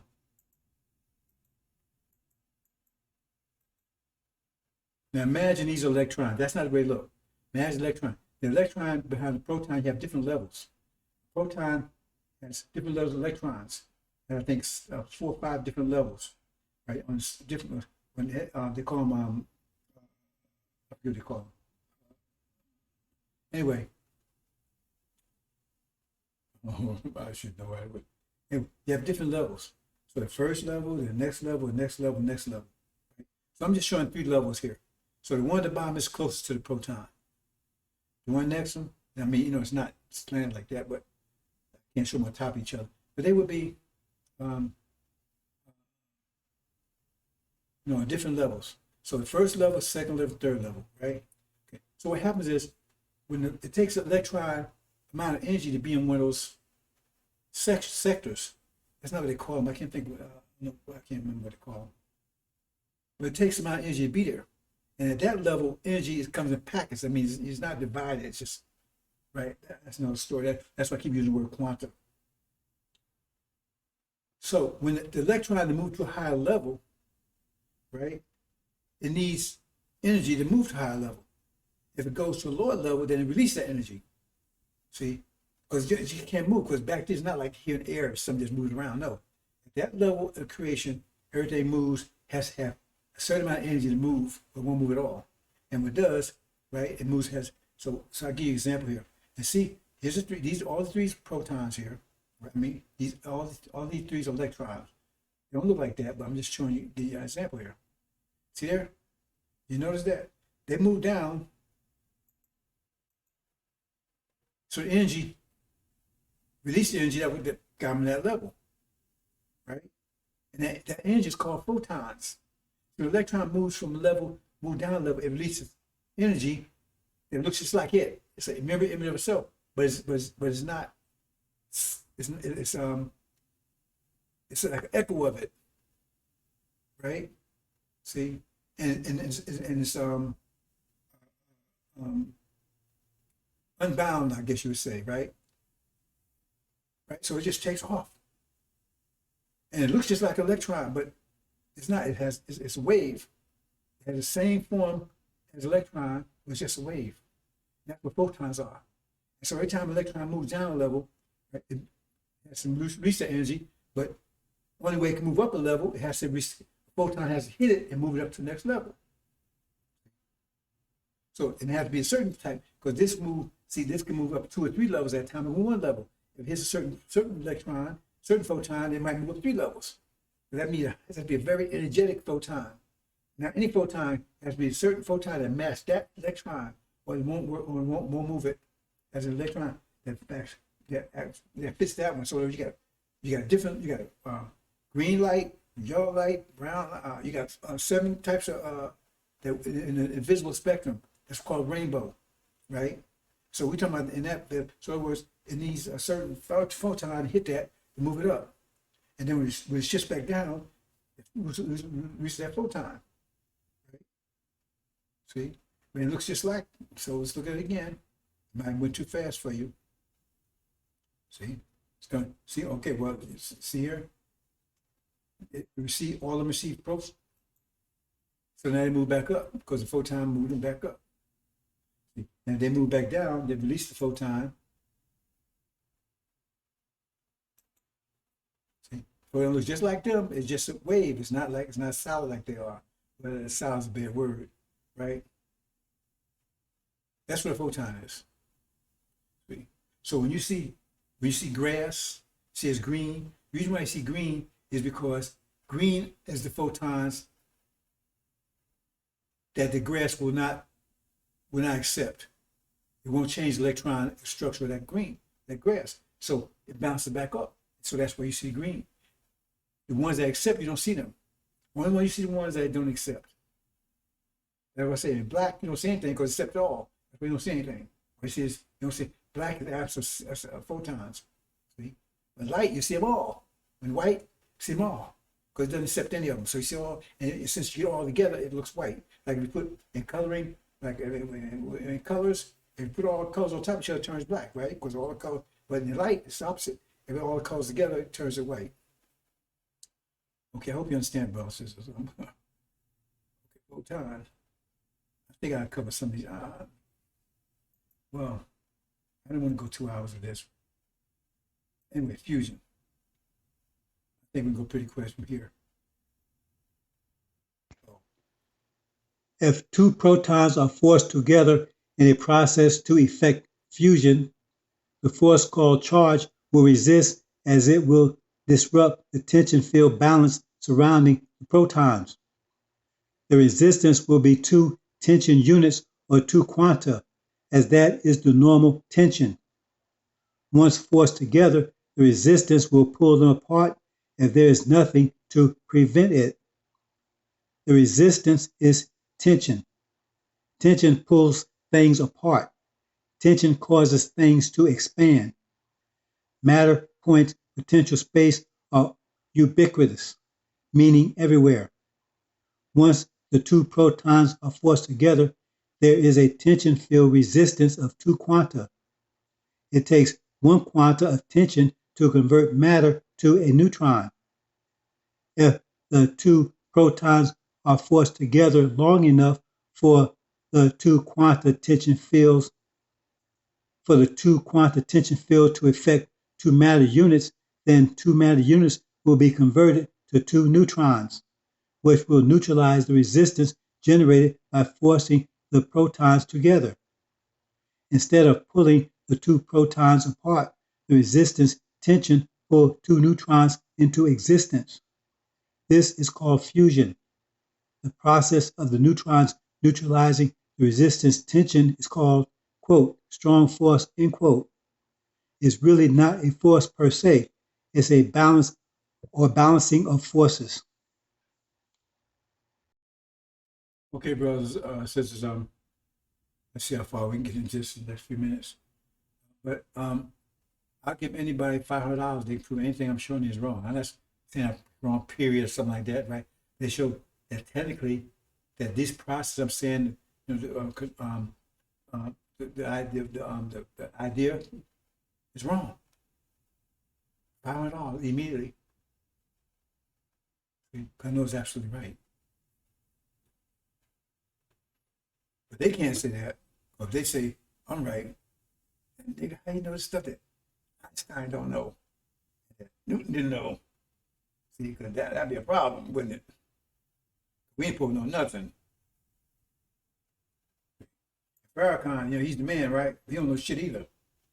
He don't know any of this. He couldn't tell what a neutron was to save his life. He definitely can't tell what a proton is. Photon, you think it's a photo. You don't believe me? Ask him. Ask him. You know any of this stuff means. Ask him. He can't tell you based on what Cavy's knowledge is. And Cavy does have knowledge of it. He doesn't have this knowledge. He has enough knowledge to do it.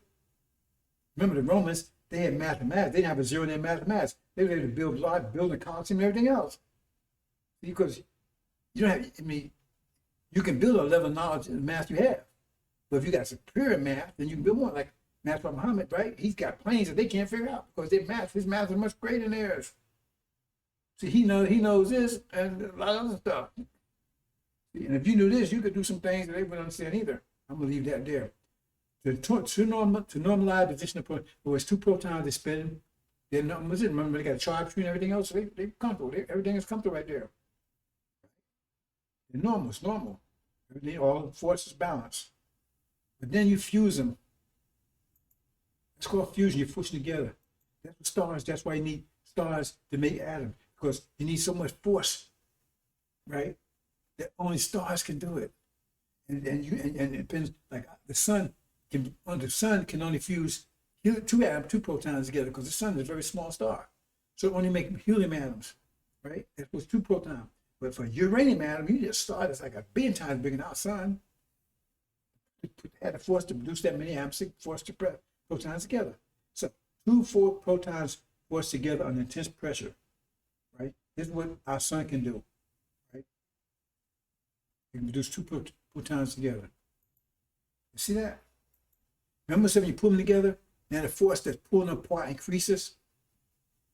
Now, this is the magic of it, right? Seems magic. Because that force that pulls apart, right? Because remember I said it takes a quanta, a proton, this is a little complicated. It takes 1 quanta of energy to produce a proton. To produce a neutron. It takes 2 quantas of energy to produce a proton, because 1 quanta produces a neutron, but it takes another quanta to make it spin. So it's 2 quantas. A proton is equal to 2 quanta, and neutron is equal to 1 quanta. Right? So if you push them together, I said, it's 2 quantas of energy that's trying to pull them back apart. See? Because they shouldn't be together. But the neutrons were equal 1 quantum energy. So now you got 2 quantum energies pulling them back apart. But now, two things happen. They can come back apart, or the energy can take and bring 2 neutrons into existence. Remember, because that's where you bring it by tension. If it does that, then the tension force is pulling apart, is spent, and now it's stable. Because the neutrons are the personification of that pulling force that was trying to pull them apart. So that becomes that. So it's stable.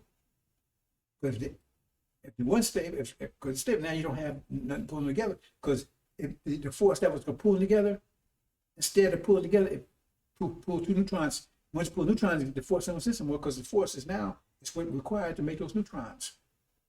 You understand? That's why you have neutrons and atoms. But they don't know why you have neutrons now. They got all these crazy theories why you got neutrons and atoms. Because without them, won't stay together. So you got all kinds of crazy ideas. I just explain to you simply what's happening.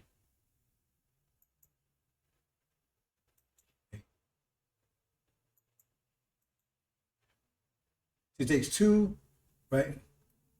So I just explained that, right? So you know, I just explained it. It's fusion.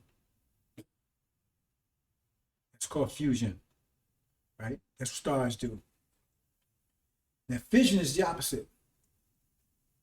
Fission is just the opposite. Fission is split, called splitting the atoms.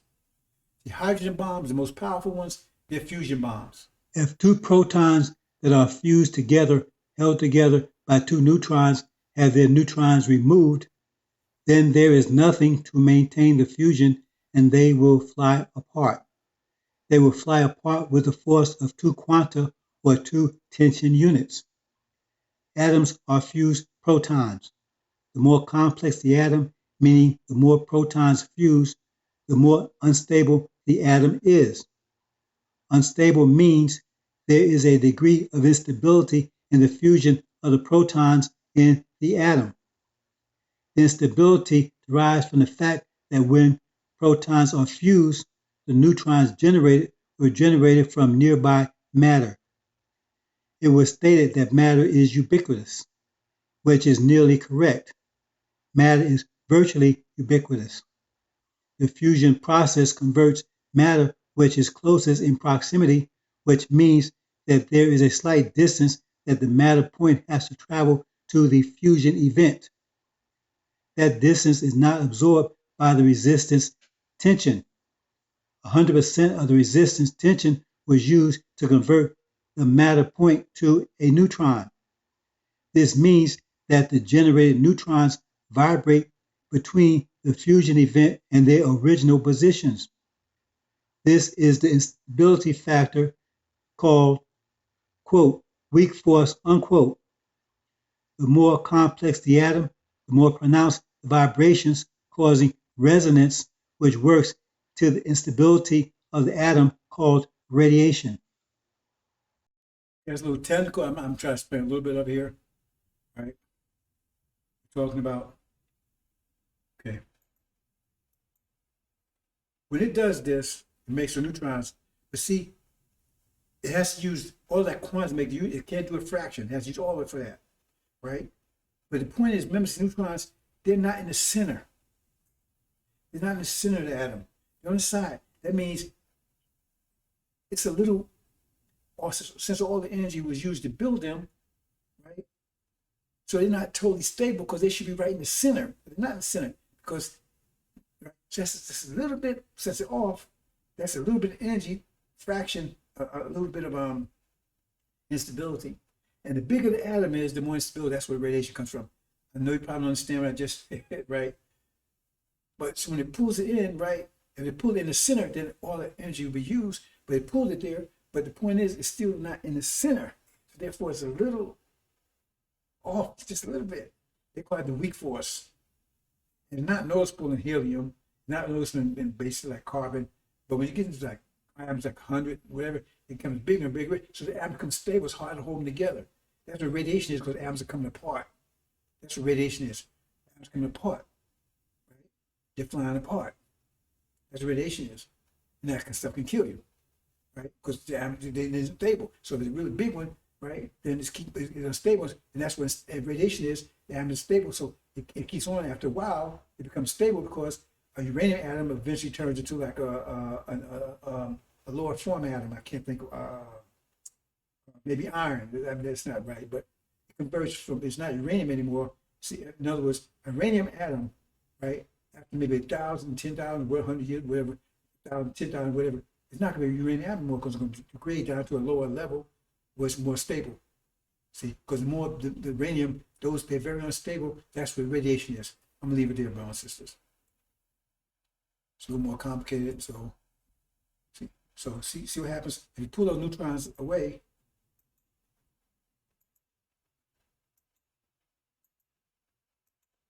See, now the force is not there. The percentification, potential force is not there anymore. If you take neutrons away, that's what we're doing fission. That's how they make a fission bomb. So a fission bomb, what they do is they take neutrons and they take it and they hit the atoms with them. They bombard the atoms with neutrons, which knock the other neutrons out. And so when neutrons out, there's nothing to hold the atom together no more, then they explode. That's fission bomb. That's the kind of bomb used on Hiroshima in Japan. But a fusion bomb is the other one with force, and that's more powerful. But they need a fission bomb that's around it because it explodes and it forces the atoms together. Remember, because fission pulls them apart, but that explosion forms them together, which causes a greater explosion. So we're gonna leave that there, brothers and sisters. I think how much we got left here to do. Okay, I'm gonna give more about 15 more minutes. This, brothers and sisters, if I ain't finished then, good luck on that one. Okay, yeah, that matter. I'll just touch on that, brothers and sisters. Don't antimatter. Protons spin in sync with the universal spin according to the so-called right-hand rule. When a proton is forced to spin in a contrary manner opposite the right-hand rule, then it becomes contrary and anti-proton. If such a proton and antiproton left-handed were to come in contact with a normal right-handed proton, the two would annihilate each other, converting their combined four quanta into an open tension field, unleashed energy. Okay, brothers and sisters, basically what it's saying here is, let me see if I got a picture, graphic here. Basically what it's saying here is that protons move based on the right-hand rule. Now, I know you don't understand what that means, but it means if you put your right hand like that, right, your thumb up, then the direction your fingers go, that's the direction protons rotate in, because that's the same direction the universe rotates in. Because they remember they see the universe basically, right? See, so that's why everything moves in that direction. That's why we have east to west, because the space on the right, and that's what they call the right hand rule, right? But if you can force that proton to move in the opposite direction, Now it's like an anti-proton, because if it hits another one, it's going to both of them going it's going to both destroy each other. See, because both of them opposite different directions. They like so they neutralize it. They turn each other back into neutrons, and I'll leave it like that. That's what antimatter is. If you get see, it's very little antimatter universe, and most of it is man-made because they only can make a little bit of it. And what they do is they get protons moving in the opposite direction they're supposed to. So they contact with another proton, then they destroy each other. So we'll leave that there. See, because these move in opposite directions. See, so they explode.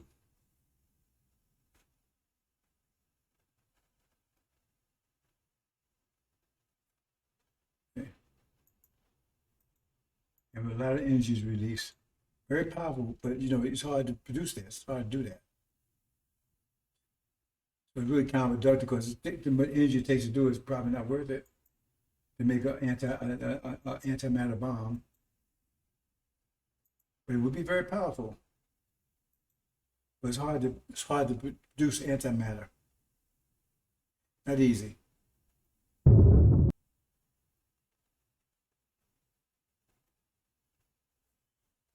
Okay, okay, this is a big one here. Okay, gravity.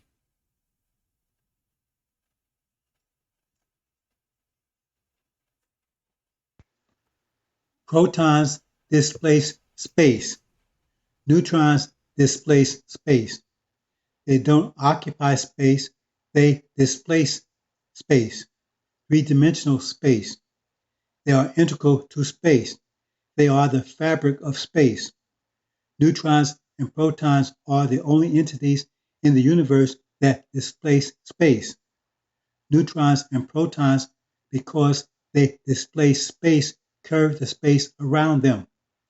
Neutrons and protons are tension fields that distort the space around them, which are themselves tension fields at the rate of 1 over r squared. The greater the cluster of atoms, neutrons, and protons, the greater the distortion surrounding them. Neutrons and protons in the surrounding field will displace the space surrounding them. Since they displace space, there will be a differential in the force of the tension field surrounding them. As tension is a pulling force, the tension closest to the cluster will be greater than the tension force opposite, which will cause the protons, neutrons to shift towards the cluster. This is called gravity. Gravity is not a force, it's a force differential. Since neutrons and protons are very small, the force differential is very small, which is why gravity is such a weak phenomenon relative to other universal forces. Since gravity is a result of a space differential, it only affects protons and neutrons, which means that's all that gravity sees. No matter how large the object, all that gravity sees is its elements, which is why everything falls towards gravity at the same rate under gravity. Okay, brother, since I just discovered that in the live that you may not be hearing the audio here, it's corrected, I think. Anyway, you still can read it. And what I'm going to do is I have a backup here, and I'm going to produce that also, which does have the audio, right, if you want it. But like I said, you can read it. So, but I apologize for that if that's the case. I'm trying to keep up this here. So we're gonna go pretty quickly on this. The idea is that see here, okay, see those circles? In other words, in the middle there you got protons, a lot of protons, right? So protons, remember I said they create the neutrons do too, right? They because you're pulling it, right? So in other words, the tension around it is like circles. Because remember, you got a force that's pulling it, like your rubber band. When you're trying to pull it, when you pull the rubber band every X inch, right? You got a force pulling it back. But that's linear because it's a line. With a circular, then those forces move like circles out. That's what you see right here, right? So it was, and the further out, the weaker it gets, right? So space is going to be like, it's going to be like circles. It's going to be like circles around a tension. It'll be a tension field, but it'll be a circular tension field, right? See, like if you pull a rubber band right, it's going to be a linear because you're pulling it right, so it's going to be line. But if it's circular, it's going to be circular tension field, right? And so and tension gets weaker and weaker as it goes out. But see, neutrons and protons are in our space. They're not a part of it. They're not outside of it. They're not resting space. They're in it. So they displace space. So what I'm trying to show you is, you see right there, it says like a neutron or proton, right? See at the top right there? So it's in this curved space. Remember, the closer you get to the center of the space, the tension is deeper, heavier. The closer further you get, the tension gets weaker. So when you put it there, so on one side of the tension will be greater, as it gets close to the center, but on the other side will be weaker. So in other words, you got a differential there. So in other words, if you pulling on something, you pulling something this way and pulling that away, but if you pulling this way 10 pounds of weight, and it's 5 pounds of weight, then it's gonna move towards 10 pounds. It's not gonna move at the rate of 10 because you got 5 pounds, so it's gonna move back like about 5. And then let's move simple. It's not really. Say it's moving 10 miles an hour this way and 5 miles an hour that way, right? Then it says you're only gonna move 5 miles an hour this way because, well, let's use a better one. Let's say 10 miles, you move 7 miles this way and 10 miles that way. So then I'll go, how do you say that?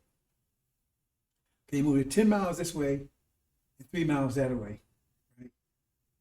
So it's only go 7 miles this way because you got 3 holding it back. So it's moving at 10 miles an hour this way, but you got a force pulling it, say you got a wind pushing it that way at 3 miles an hour, put it that way. So it's moving, driving 10 miles an hour, but you got a wind pushing it back at 3 miles an hour. So it's only gonna move 7 miles an hour because you got a force on both sides, you got, right? So that's the same thing. So since it's pulling it at 10 miles an hour towards the center, but the outside is pulling it 5 miles an hour, then it's only gonna move 5 hours towards it. It's gonna move towards the center, it's gonna move slower. See? And so since protons and neutrons are so small, that differential is really small, like, it's going to be very small. The difference is going to be very small, like maybe a billionth of an inch, a billionth and a quarter of an inch, right? Very small. But it's a difference. And the difference is going to cause it to move towards the center because center is the stronger. Hope you understand that, brothers and sisters, right? So that's the way gravity works. So that's what we're going to see right here, right? It's constantly moving closer to the center. Right? That's what gravity works. They don't understand that. They don't know this. They know it now, as I'm telling them. I've been telling them for years, so. But nobody's come and say it was wrong because it's absolutely right. They sure ain't gonna get credit to me because they don't want me to be out there talking about the stuff I'm talking about, and I got this kind of knowledge. People might listen. We don't want that. They might listen to CRT. We don't want that. This guy, man, he must know what he's talking about. He's talking about the math. He's telling you stuff that we don't even know. Right? Maybe he might be somebody.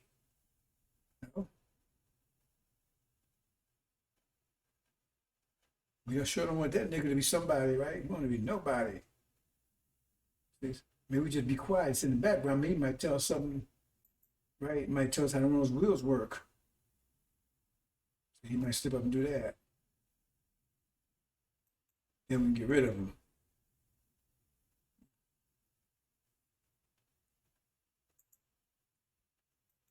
You see what's going on? And the formula is 1 over r squared, but I'm not going to explain that, brothers and sisters. See? Because on one side is pulling it, and one side pulling it. I should actually sort of arrow the other way, right? Oops. What did I do? Okay, well. Oops. Okay, that's gravity. Where gravity works, brothers and sisters. Right? It has something else there. What happened to it? I had something else there. It's put away.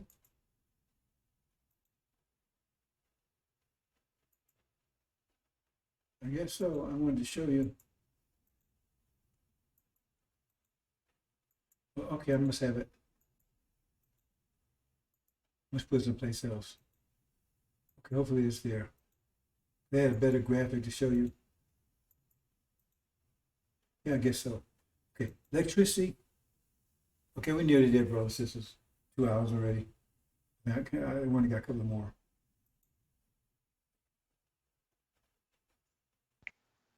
Electricity is a current, result of a string of protons deprived of corresponding electrons. Each proton has a corresponding electron. When that electron is removed, it attracts any available electron in its proximity. If there is a string or chain of electrons, then a current will result, where each electron will snatch its neighboring proton's electron. The greater the electron deficiency in the chain, the greater the current. The current is an attempt to normalize the normal condition of each proton, which is satisfied when each proton in the chain is married to its own electron. Okay, we'll show you the picture here. We'll move along here, brothers and sisters. Got a little graphic to show you. I said electron is the derivative of proton. Only proton produce electrons, neutrons don't.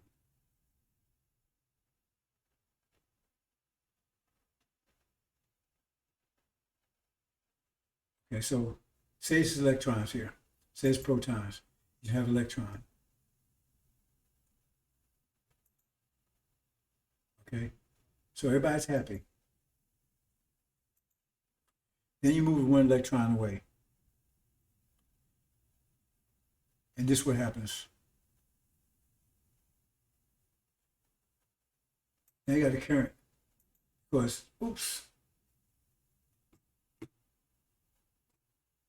This.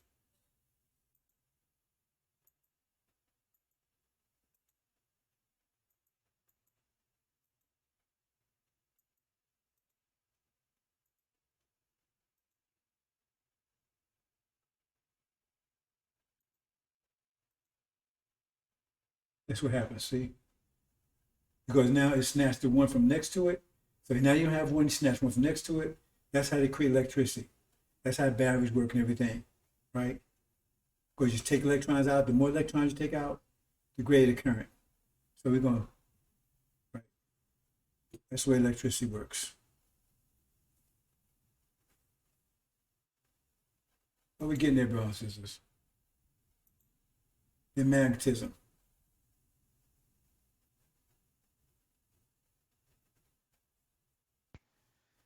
Magnetism is a current, result of a spatial array of protons deprived of corresponding electrons.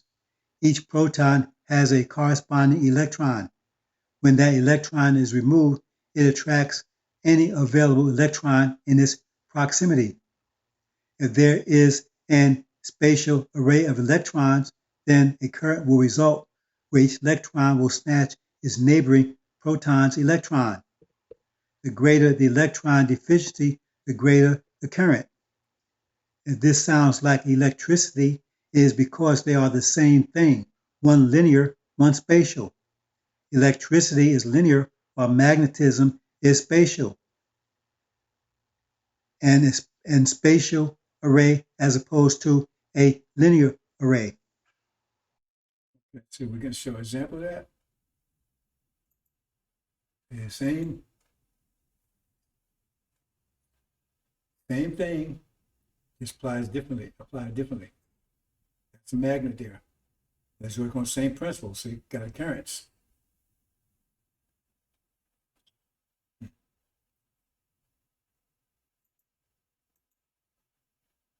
Okay.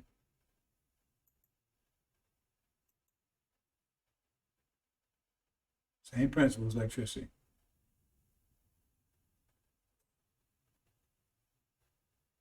Okay, so I want to show you here.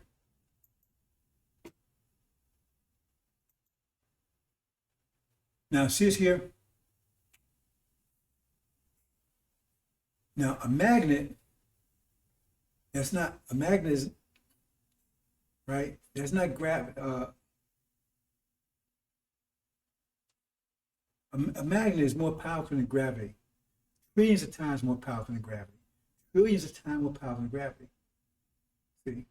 And we can easily demonstrate that because the Earth weighs 6 trillion tons. Earth weighs 6 trillion tons. 6 trillion tons, right? That's a lot. But if you take a magnet, say it's magnet right here, say that great thing there, say it weighs 1 ton. Say it weighs 1 ton. And say that red part right there, right? Say it weighs a ton. Now that's just a piece of metal. That's iron. That weighs a ton. Say it weighs a ton. And the magnet weighs a ton. So you got a magnet propped up on something, right? And so what happens?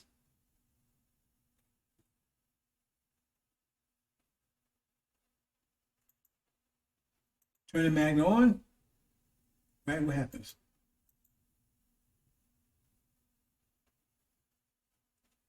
It pulls that right up. It's snatched away from the Earth. But the Earth is 6 trillion tons, greater than that, bigger, more, strong, bigger than that magnet.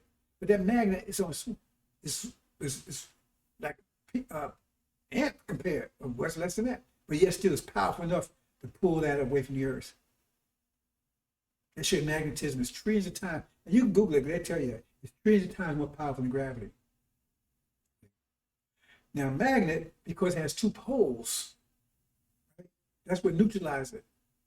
But if you was able to separate to 1 pole, remember it's trillions of times greater than gravity. That thing would move away from the Earth so fast, like trillions of miles an hour. I mean, it goes so fast you couldn't keep up with it. Way past speed light, because remember, it's trillions of times more powerful than gravity. If you could just eliminate 1 of the poles, that neutralize it. See? Now, the planes they use work on a principle, not that. Not that. It's similar. Those planes, because they don't work on magnetism. Right? They work on proton engines, right? See, but they don't work on they work on a force, right? That has the same power, put it like that. See, so therefore, it's like a magnetic force, though it's not magnetic. So that's why you don't need any power or anything. See, you don't need any engine, you don't need any fuel, all that kind of stuff. Because they operate on those, because like they call them monopole. Monopole means a magnet only has 1 pole. It will be trillions of times more powerful than gravity. You understand? Because look how fast gravity pulls something down. Well, this will pull it up trillions of times faster. Easier. You understand? So the planes operate on, it's not magnetism, but it has a principle that has the same power. See? So I just want to show you that. Okay, we're getting there. Almost there.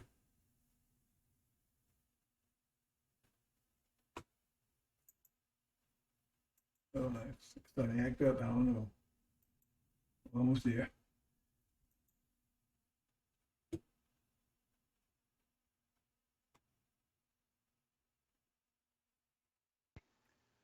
The proton engine is an engine that is powered by proton power. It only affects protons and electrons. It repels protons. It's analogous to a monopole. A monopole is a magnet with just 1 pole. No one has ever been able to make such a magnet. If they did, its power would be awesome. A 1-pound magnet can lift a pound of iron up from the Earth. The Earth is 66 sextillion tons, which is hundreds of sextillions times larger than 1 pound than a 1-pound magnet. Yet the 1-pound magnet is more powerful than the entire Earth. It can snatch a pound of iron up from the Earth. That should provide some perspective. A proton engine is at least as powerful and can be scaled up, increasing its power correspondingly.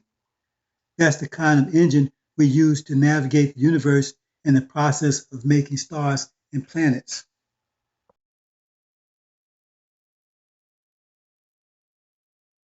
Okay, brothers and sisters, I just explained that.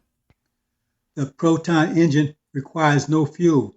It uses magnetism to operate it. Though analogous to a monopole, it is something different. It can accelerate at any rate desired, depending on the scale of the engine. If a vehicle with a proton engine were to accelerate at the rate of 10,000 miles per second, it is humbling to imagine its velocity after about an hour. You will have far exceeded light speed, yet they can be made to accelerate at many times that rate.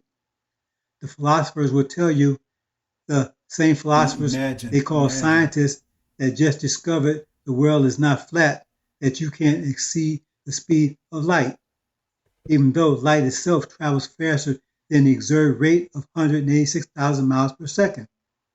That is an average velocity. The technologists, philosophers of this age will insist that no human could survive such acceleration rates. The proton engine is constructed such that it has two opposing engines, one above the other, with the human-occupied space separating them. The two engines would be calibrated to have a force differential which be equivalent to the force of normal Earth gravity. This is so that the occupants, no matter how fast the vehicle/ship is accelerating, would only experience the force of normal Earth gravity. The ship would be restricted to accelerating in the direction perpendicular to the plane of the occupants. Now that's a real inertial dampener. Okay, I think speaks for itself, I guess. When they say inertial dampener, so no, when you go in the car and you speed up or you make a turn, well, an inertial dampener is something that would neutralize that, so you won't feel it. So you won't feel the curving force, the stopping force. Well, that's what inertial damper, because that's inertia. When you feel it push against the seat, or you see when they go up in space, you see they push against the seat, their face distorted, that kind of stuff. That's inertia, because it resists motion, resists your motion, right? So inertial dampener is something that neutralize that, so you don't feel it. So you're just going normal. You don't even know you, right? That all that's happening. I'm gonna leave that there, bro. Since we're about to close out, because The analytically orientated Western technologists/philosophers cannot produce such technology, even if they had a million years to study. A dog could never produce a bow and arrow, even if it had a billion years to do so. It is beyond their capability. The analytical mind is limited. Even if they could somehow acquire it, which they never can, they would need a special computer, which is again way beyond their capability. To navigate through the universe at such velocities, you would have to know where every star is, every planet, every comet, every asteroid, every rock. You wouldn't want to hit anything moving at hyperspeeds. Such a computer would itself be as awesome, or even more so, as the proton engine. Such a computer would not only have to be aware of every object, but would have to track every object in the universe. This means seeing into the future with perfect accuracy. Such a computer will allow you to communicate with anyone in the past or future who themselves has such a computer. The proton engine and the T computer are just a couple examples of the technology used by our ancestors, which Farrar has at his disposal, and will be restored to us post haste after our oppressors have been crushed. this is I think about here. I think about here. About here, let's see. Why reveal any of this to our oppressors? Much they already know, at least what they have been able to observe.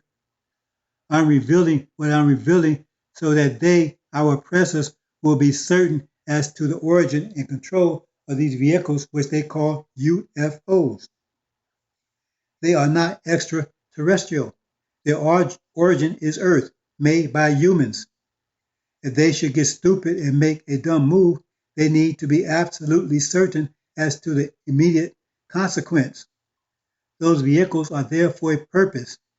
Quote, he who guards Israel neither sleeps nor slumbers. End quote. True Israel, Abraham's seed, who has been enslaved in America for 400 years. Farad did not build the wheel from scratch. Most of the critical components were hidden. He was given the knowledge of their whereabouts. We did not just simply demolish our technology, we have preserved much of it and all the knowledge of it. There is much hidden in the earth. There is much hidden on various planets, well beyond their reach. The heavens will soon be open. We will give our oppressors a glimpse, just a little one, before we put them to sleep forever. We do not pollute our home, the planet Earth, with manufacturing waste. We have manufacturing planets.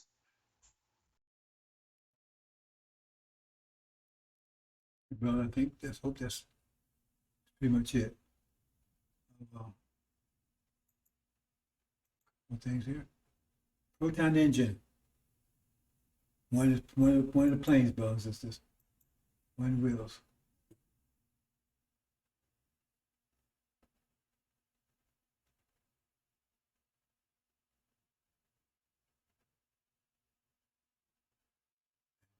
It moves perpendicular to its plane. That's because inertial dampers I was telling you about. Boy, this thing is, it must, oh boy, what's going on here?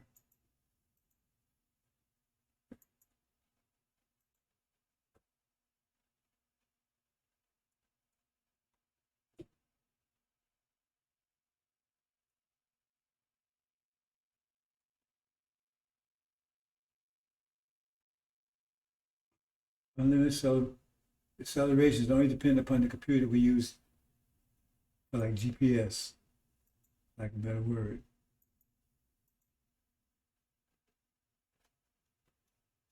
See there? Perpendicular. Unlimited acceleration, brothers and sisters. And by computer, we need to guide through the universe. That's it. That's it, brothers and sisters. Oh, not quite.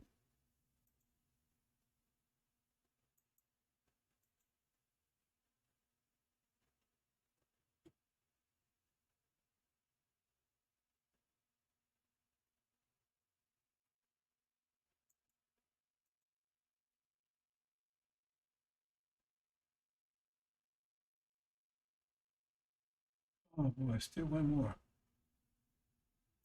Oh, I'm gonna have to do this another time. I talk on this, I'm gonna go real fast.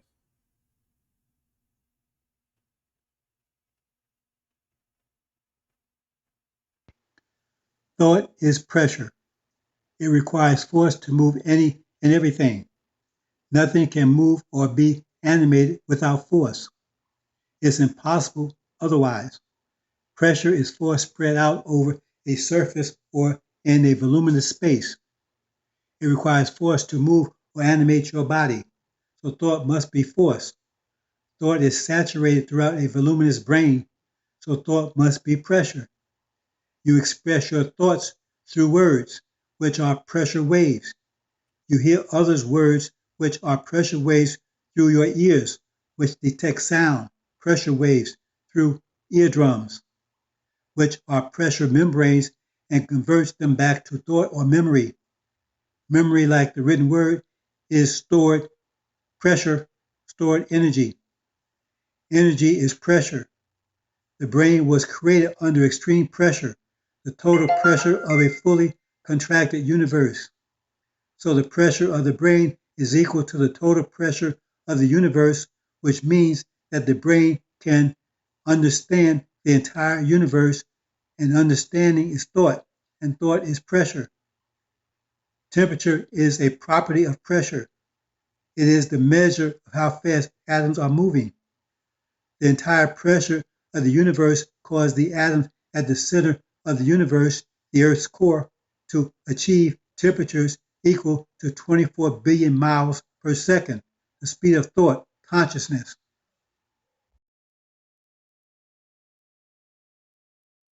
Everyone says, I think, I don't know if I'm going, because this is going to take a little, I don't know, let me look at it. Take more than 5 minutes and I'll do it. Otherwise, I'm going to, we'll do it another time. Go ahead, another section here.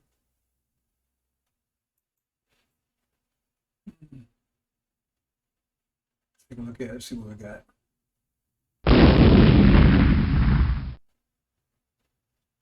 See what we got here. Our beautiful sisters back in paradise. Okay, what I'm going to touch on here quickly. The 5 fundamental pillars of Islam. See, they're based on the principles we talked about here. So I'm going to go through it quickly, right? First is consequence. That's they call that the belief, but it's really consequence. Because that's the fundamental principle of Islam. It's consequence. But you have to have knowledge of consequence. That's what a belief is. You believe, in other words, you believe. See, you believe in justice. See, you believe in God. Why do you believe in God? We believe, what reason why you believe in God? Why you have faith in God? For what? For justice. For consequence. That's what you have. Otherwise, why you have faith in God? For what? That's what it is, consequence. Consequence is the most fundamental principle. Everything is based on consequence. Every action has an opposite or equal reaction. That's what the first, right? Consequence. So all these based on laws we talked about. So I might as well wrap it up here. I'm going to go through it very quickly, brothers and sisters. 25 of them. And this is their, this is their counter. Religion. That means no consequence. Christianity says no consequence. Just believe in Jesus and he wiped away everything. You kill somebody, you confess to preach 3 Hail Marys, right? See, that's the lie. That's how they're destroying your mind, because they're getting you out in something that's false. They're taking you out of reality, but they control you with mathematics, which is reality, but they're taking your mind out of reality, because once you're out of reality, they control you. And they're teaching you this here, that you don't have to, they're telling you, you don't have to face consequence. So I'm going to go through this quick, there's only 5 of them. And then torque. Torque is that's salats. See, not salats they think about. Salats is reciting the Quran. See, when you recite the Quran, you calculate, right, the person that wrote it, the voice. So when God is speaking, he got the firmest heart.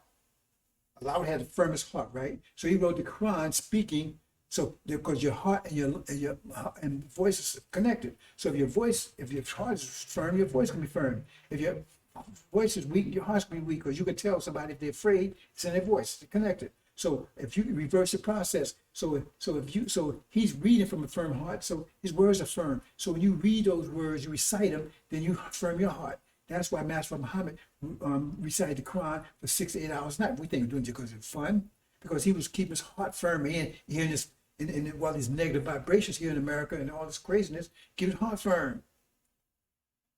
See? And when you do your heart firm right, that means there's other things you can tune and stuff like that. If you get firm enough, that's another story. We're not going to go, I have a whole presentation to explain all that detail. I'm not going there here, right? So in other words, but that's torque, because torque's an upright lifting force. So the more you recite, the more firm your heart. Because remember, heart is the engine of a circulatory system. I said everything that spins has torque. So the more you recite, the more upright you're going to be. Because when you stop spinning, you're dead. Right? You fall over, But when you're spinning, the more you spin, the more upright you're going to be. That's torque. And that's circulatory. That's why you make salats. See? Remember, the first consequence, most fundamental. All the others was based on that principle. That's the underlying principle for all of them. All of them built on that first principle: belief, faith, consequence. That's the second pillar. The third pillar, the answer to that right is alcohol. The answer is alcohol. Keep their hearts firm. They get nervous, they get scared, they take alcohol. That's the answer. Remember, Christianity to consequence, and alcohol to firm their heart. See, I need a drink. See. And then you got currents, right? See, that's causing cot. Currents. See. So it gives you balance. See, because everybody has the same amount of energy. So you want to be balanced. Right? So if you have Too much, you're gonna be out of balance. You're gonna be just right. And so when you take and give, you create positive energy for yourself. You take, you create negative energy. So with that balance, where it's zakat, so you give those who have more, give those who have less. So you keep that balance because you don't have revolution. Because that means you got more than you're supposed to have, and they got less they're supposed to have. That means you got a current. You're gonna build a current. Current is differential, a force differential. It means some people have more than they're supposed to have, some people have less. So they got a current. That's revolution. And that throw your life off, right? So you want to be balanced. You don't want any currency in life. If you want a current, you want a positive current. That means you want good luck. So by giving things, giving stuff, right? That means you have less than you should have. So now you got a positive current coming back to you because everybody has the same amount of energy. So if you're supposed to have 1,000 user energy, but you only got 7, you got 300 pounds, you got 300 user current energy coming towards you to balance you out to 1,000. But if you got 1,500, only supposed to have 1,000, you got 500 user negative energy, right? Current that's going away from you. I'm gonna leave it there, brothers and sisters. That's what the cause is about. Currents. What's their answer to it? Money. The answer is money. Just get as much money as you can. So you forget about cancer and divorce and all that stuff that's going to go along with all that, right? Because you're out of balance. Well, so you're walking a tightrope, right? But now you're in balance, so you fall off. We're going to leave it there, brothers and sisters. Capitalism. That's the answer to zakat. Remember usury? It says God allows a world of usurers. Then the fourth one, right? Fourth one, right? Fasting. Mass time acceleration, right? Mass time acceleration equals force, right? We in pressure always have the same amount of force. The difference is whether you might have more acceleration or more mass. So if you got a lot of mass, like eating a lot of mass, you can have low acceleration, you have low energy. But if you have low mass, you can have a lot of energy. Because everybody got the same amount of force. I keep telling you that everybody has the same amount of force. So when you're fasting, right, you generate more energy. Well, you got to get used to it, right? But if you're eating all the time, then you generate less energy. Everybody knows that you eat, man, so you want to go to sleep, everything. That's the fourth one. Fasting. Mass time acceleration equals force. Food, energy. Mass time acceleration. So the more food, the less energy. The less food, the more energy. Force can be the same. So what's the answer? Let me eat all you want. See? Eat 3 meals a day. Oh, come on. What's this? Oh, system's slowing down because I've been on too long. Yeah, eat 3 meals a day, eat pork. All that kind of stuff, gluttony. That's the answer. They got an answer for everything. That's why the devils. This is the answer to 5 fundamental. If you do these 5 fundamental principles, you're gonna be powerful. That means you're going to turn your energy into power. Everybody has a certain amount of energy, but how you turn energy into power? Righteousness. What is righteousness? That's the biblical, all those biblical words, all the biblical books, Bible, everything. They're mathematical books. And righteousness is just another word for discipline. The more if you have $1 million and you invest it, then you empower it. You discipline it, right? But if you just splurge it, then you don't empower it. And you ain't disciplined, and next thing you're homeless or something. I'm gonna leave it there, brothers and sisters. Then we go to the last one here. I think that's the last one. Okay, and the last one is pilgrimage, right? What's with this cursor?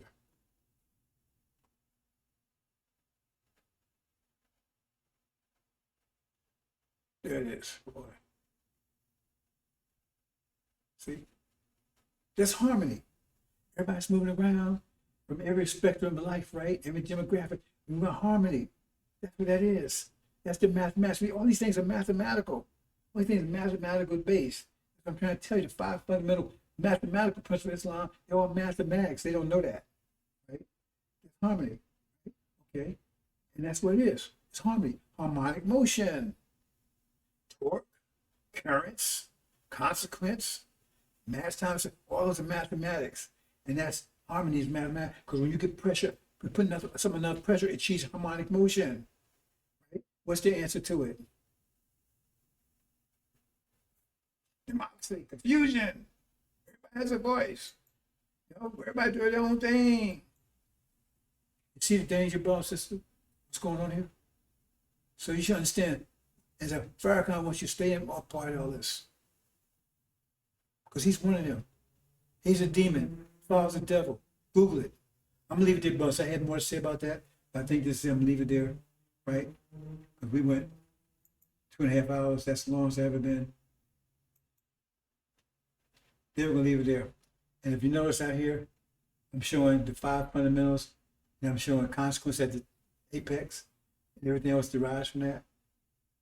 Torque, current, Hodge, mass time acceleration, torque, slot, current, saccade, Hodge, harmonic motion, fasting. There it is, brothers and sisters. How can you miss it? We're gonna stand, brothers and sisters. We're gonna leave it there. So, Assalamu alaikum.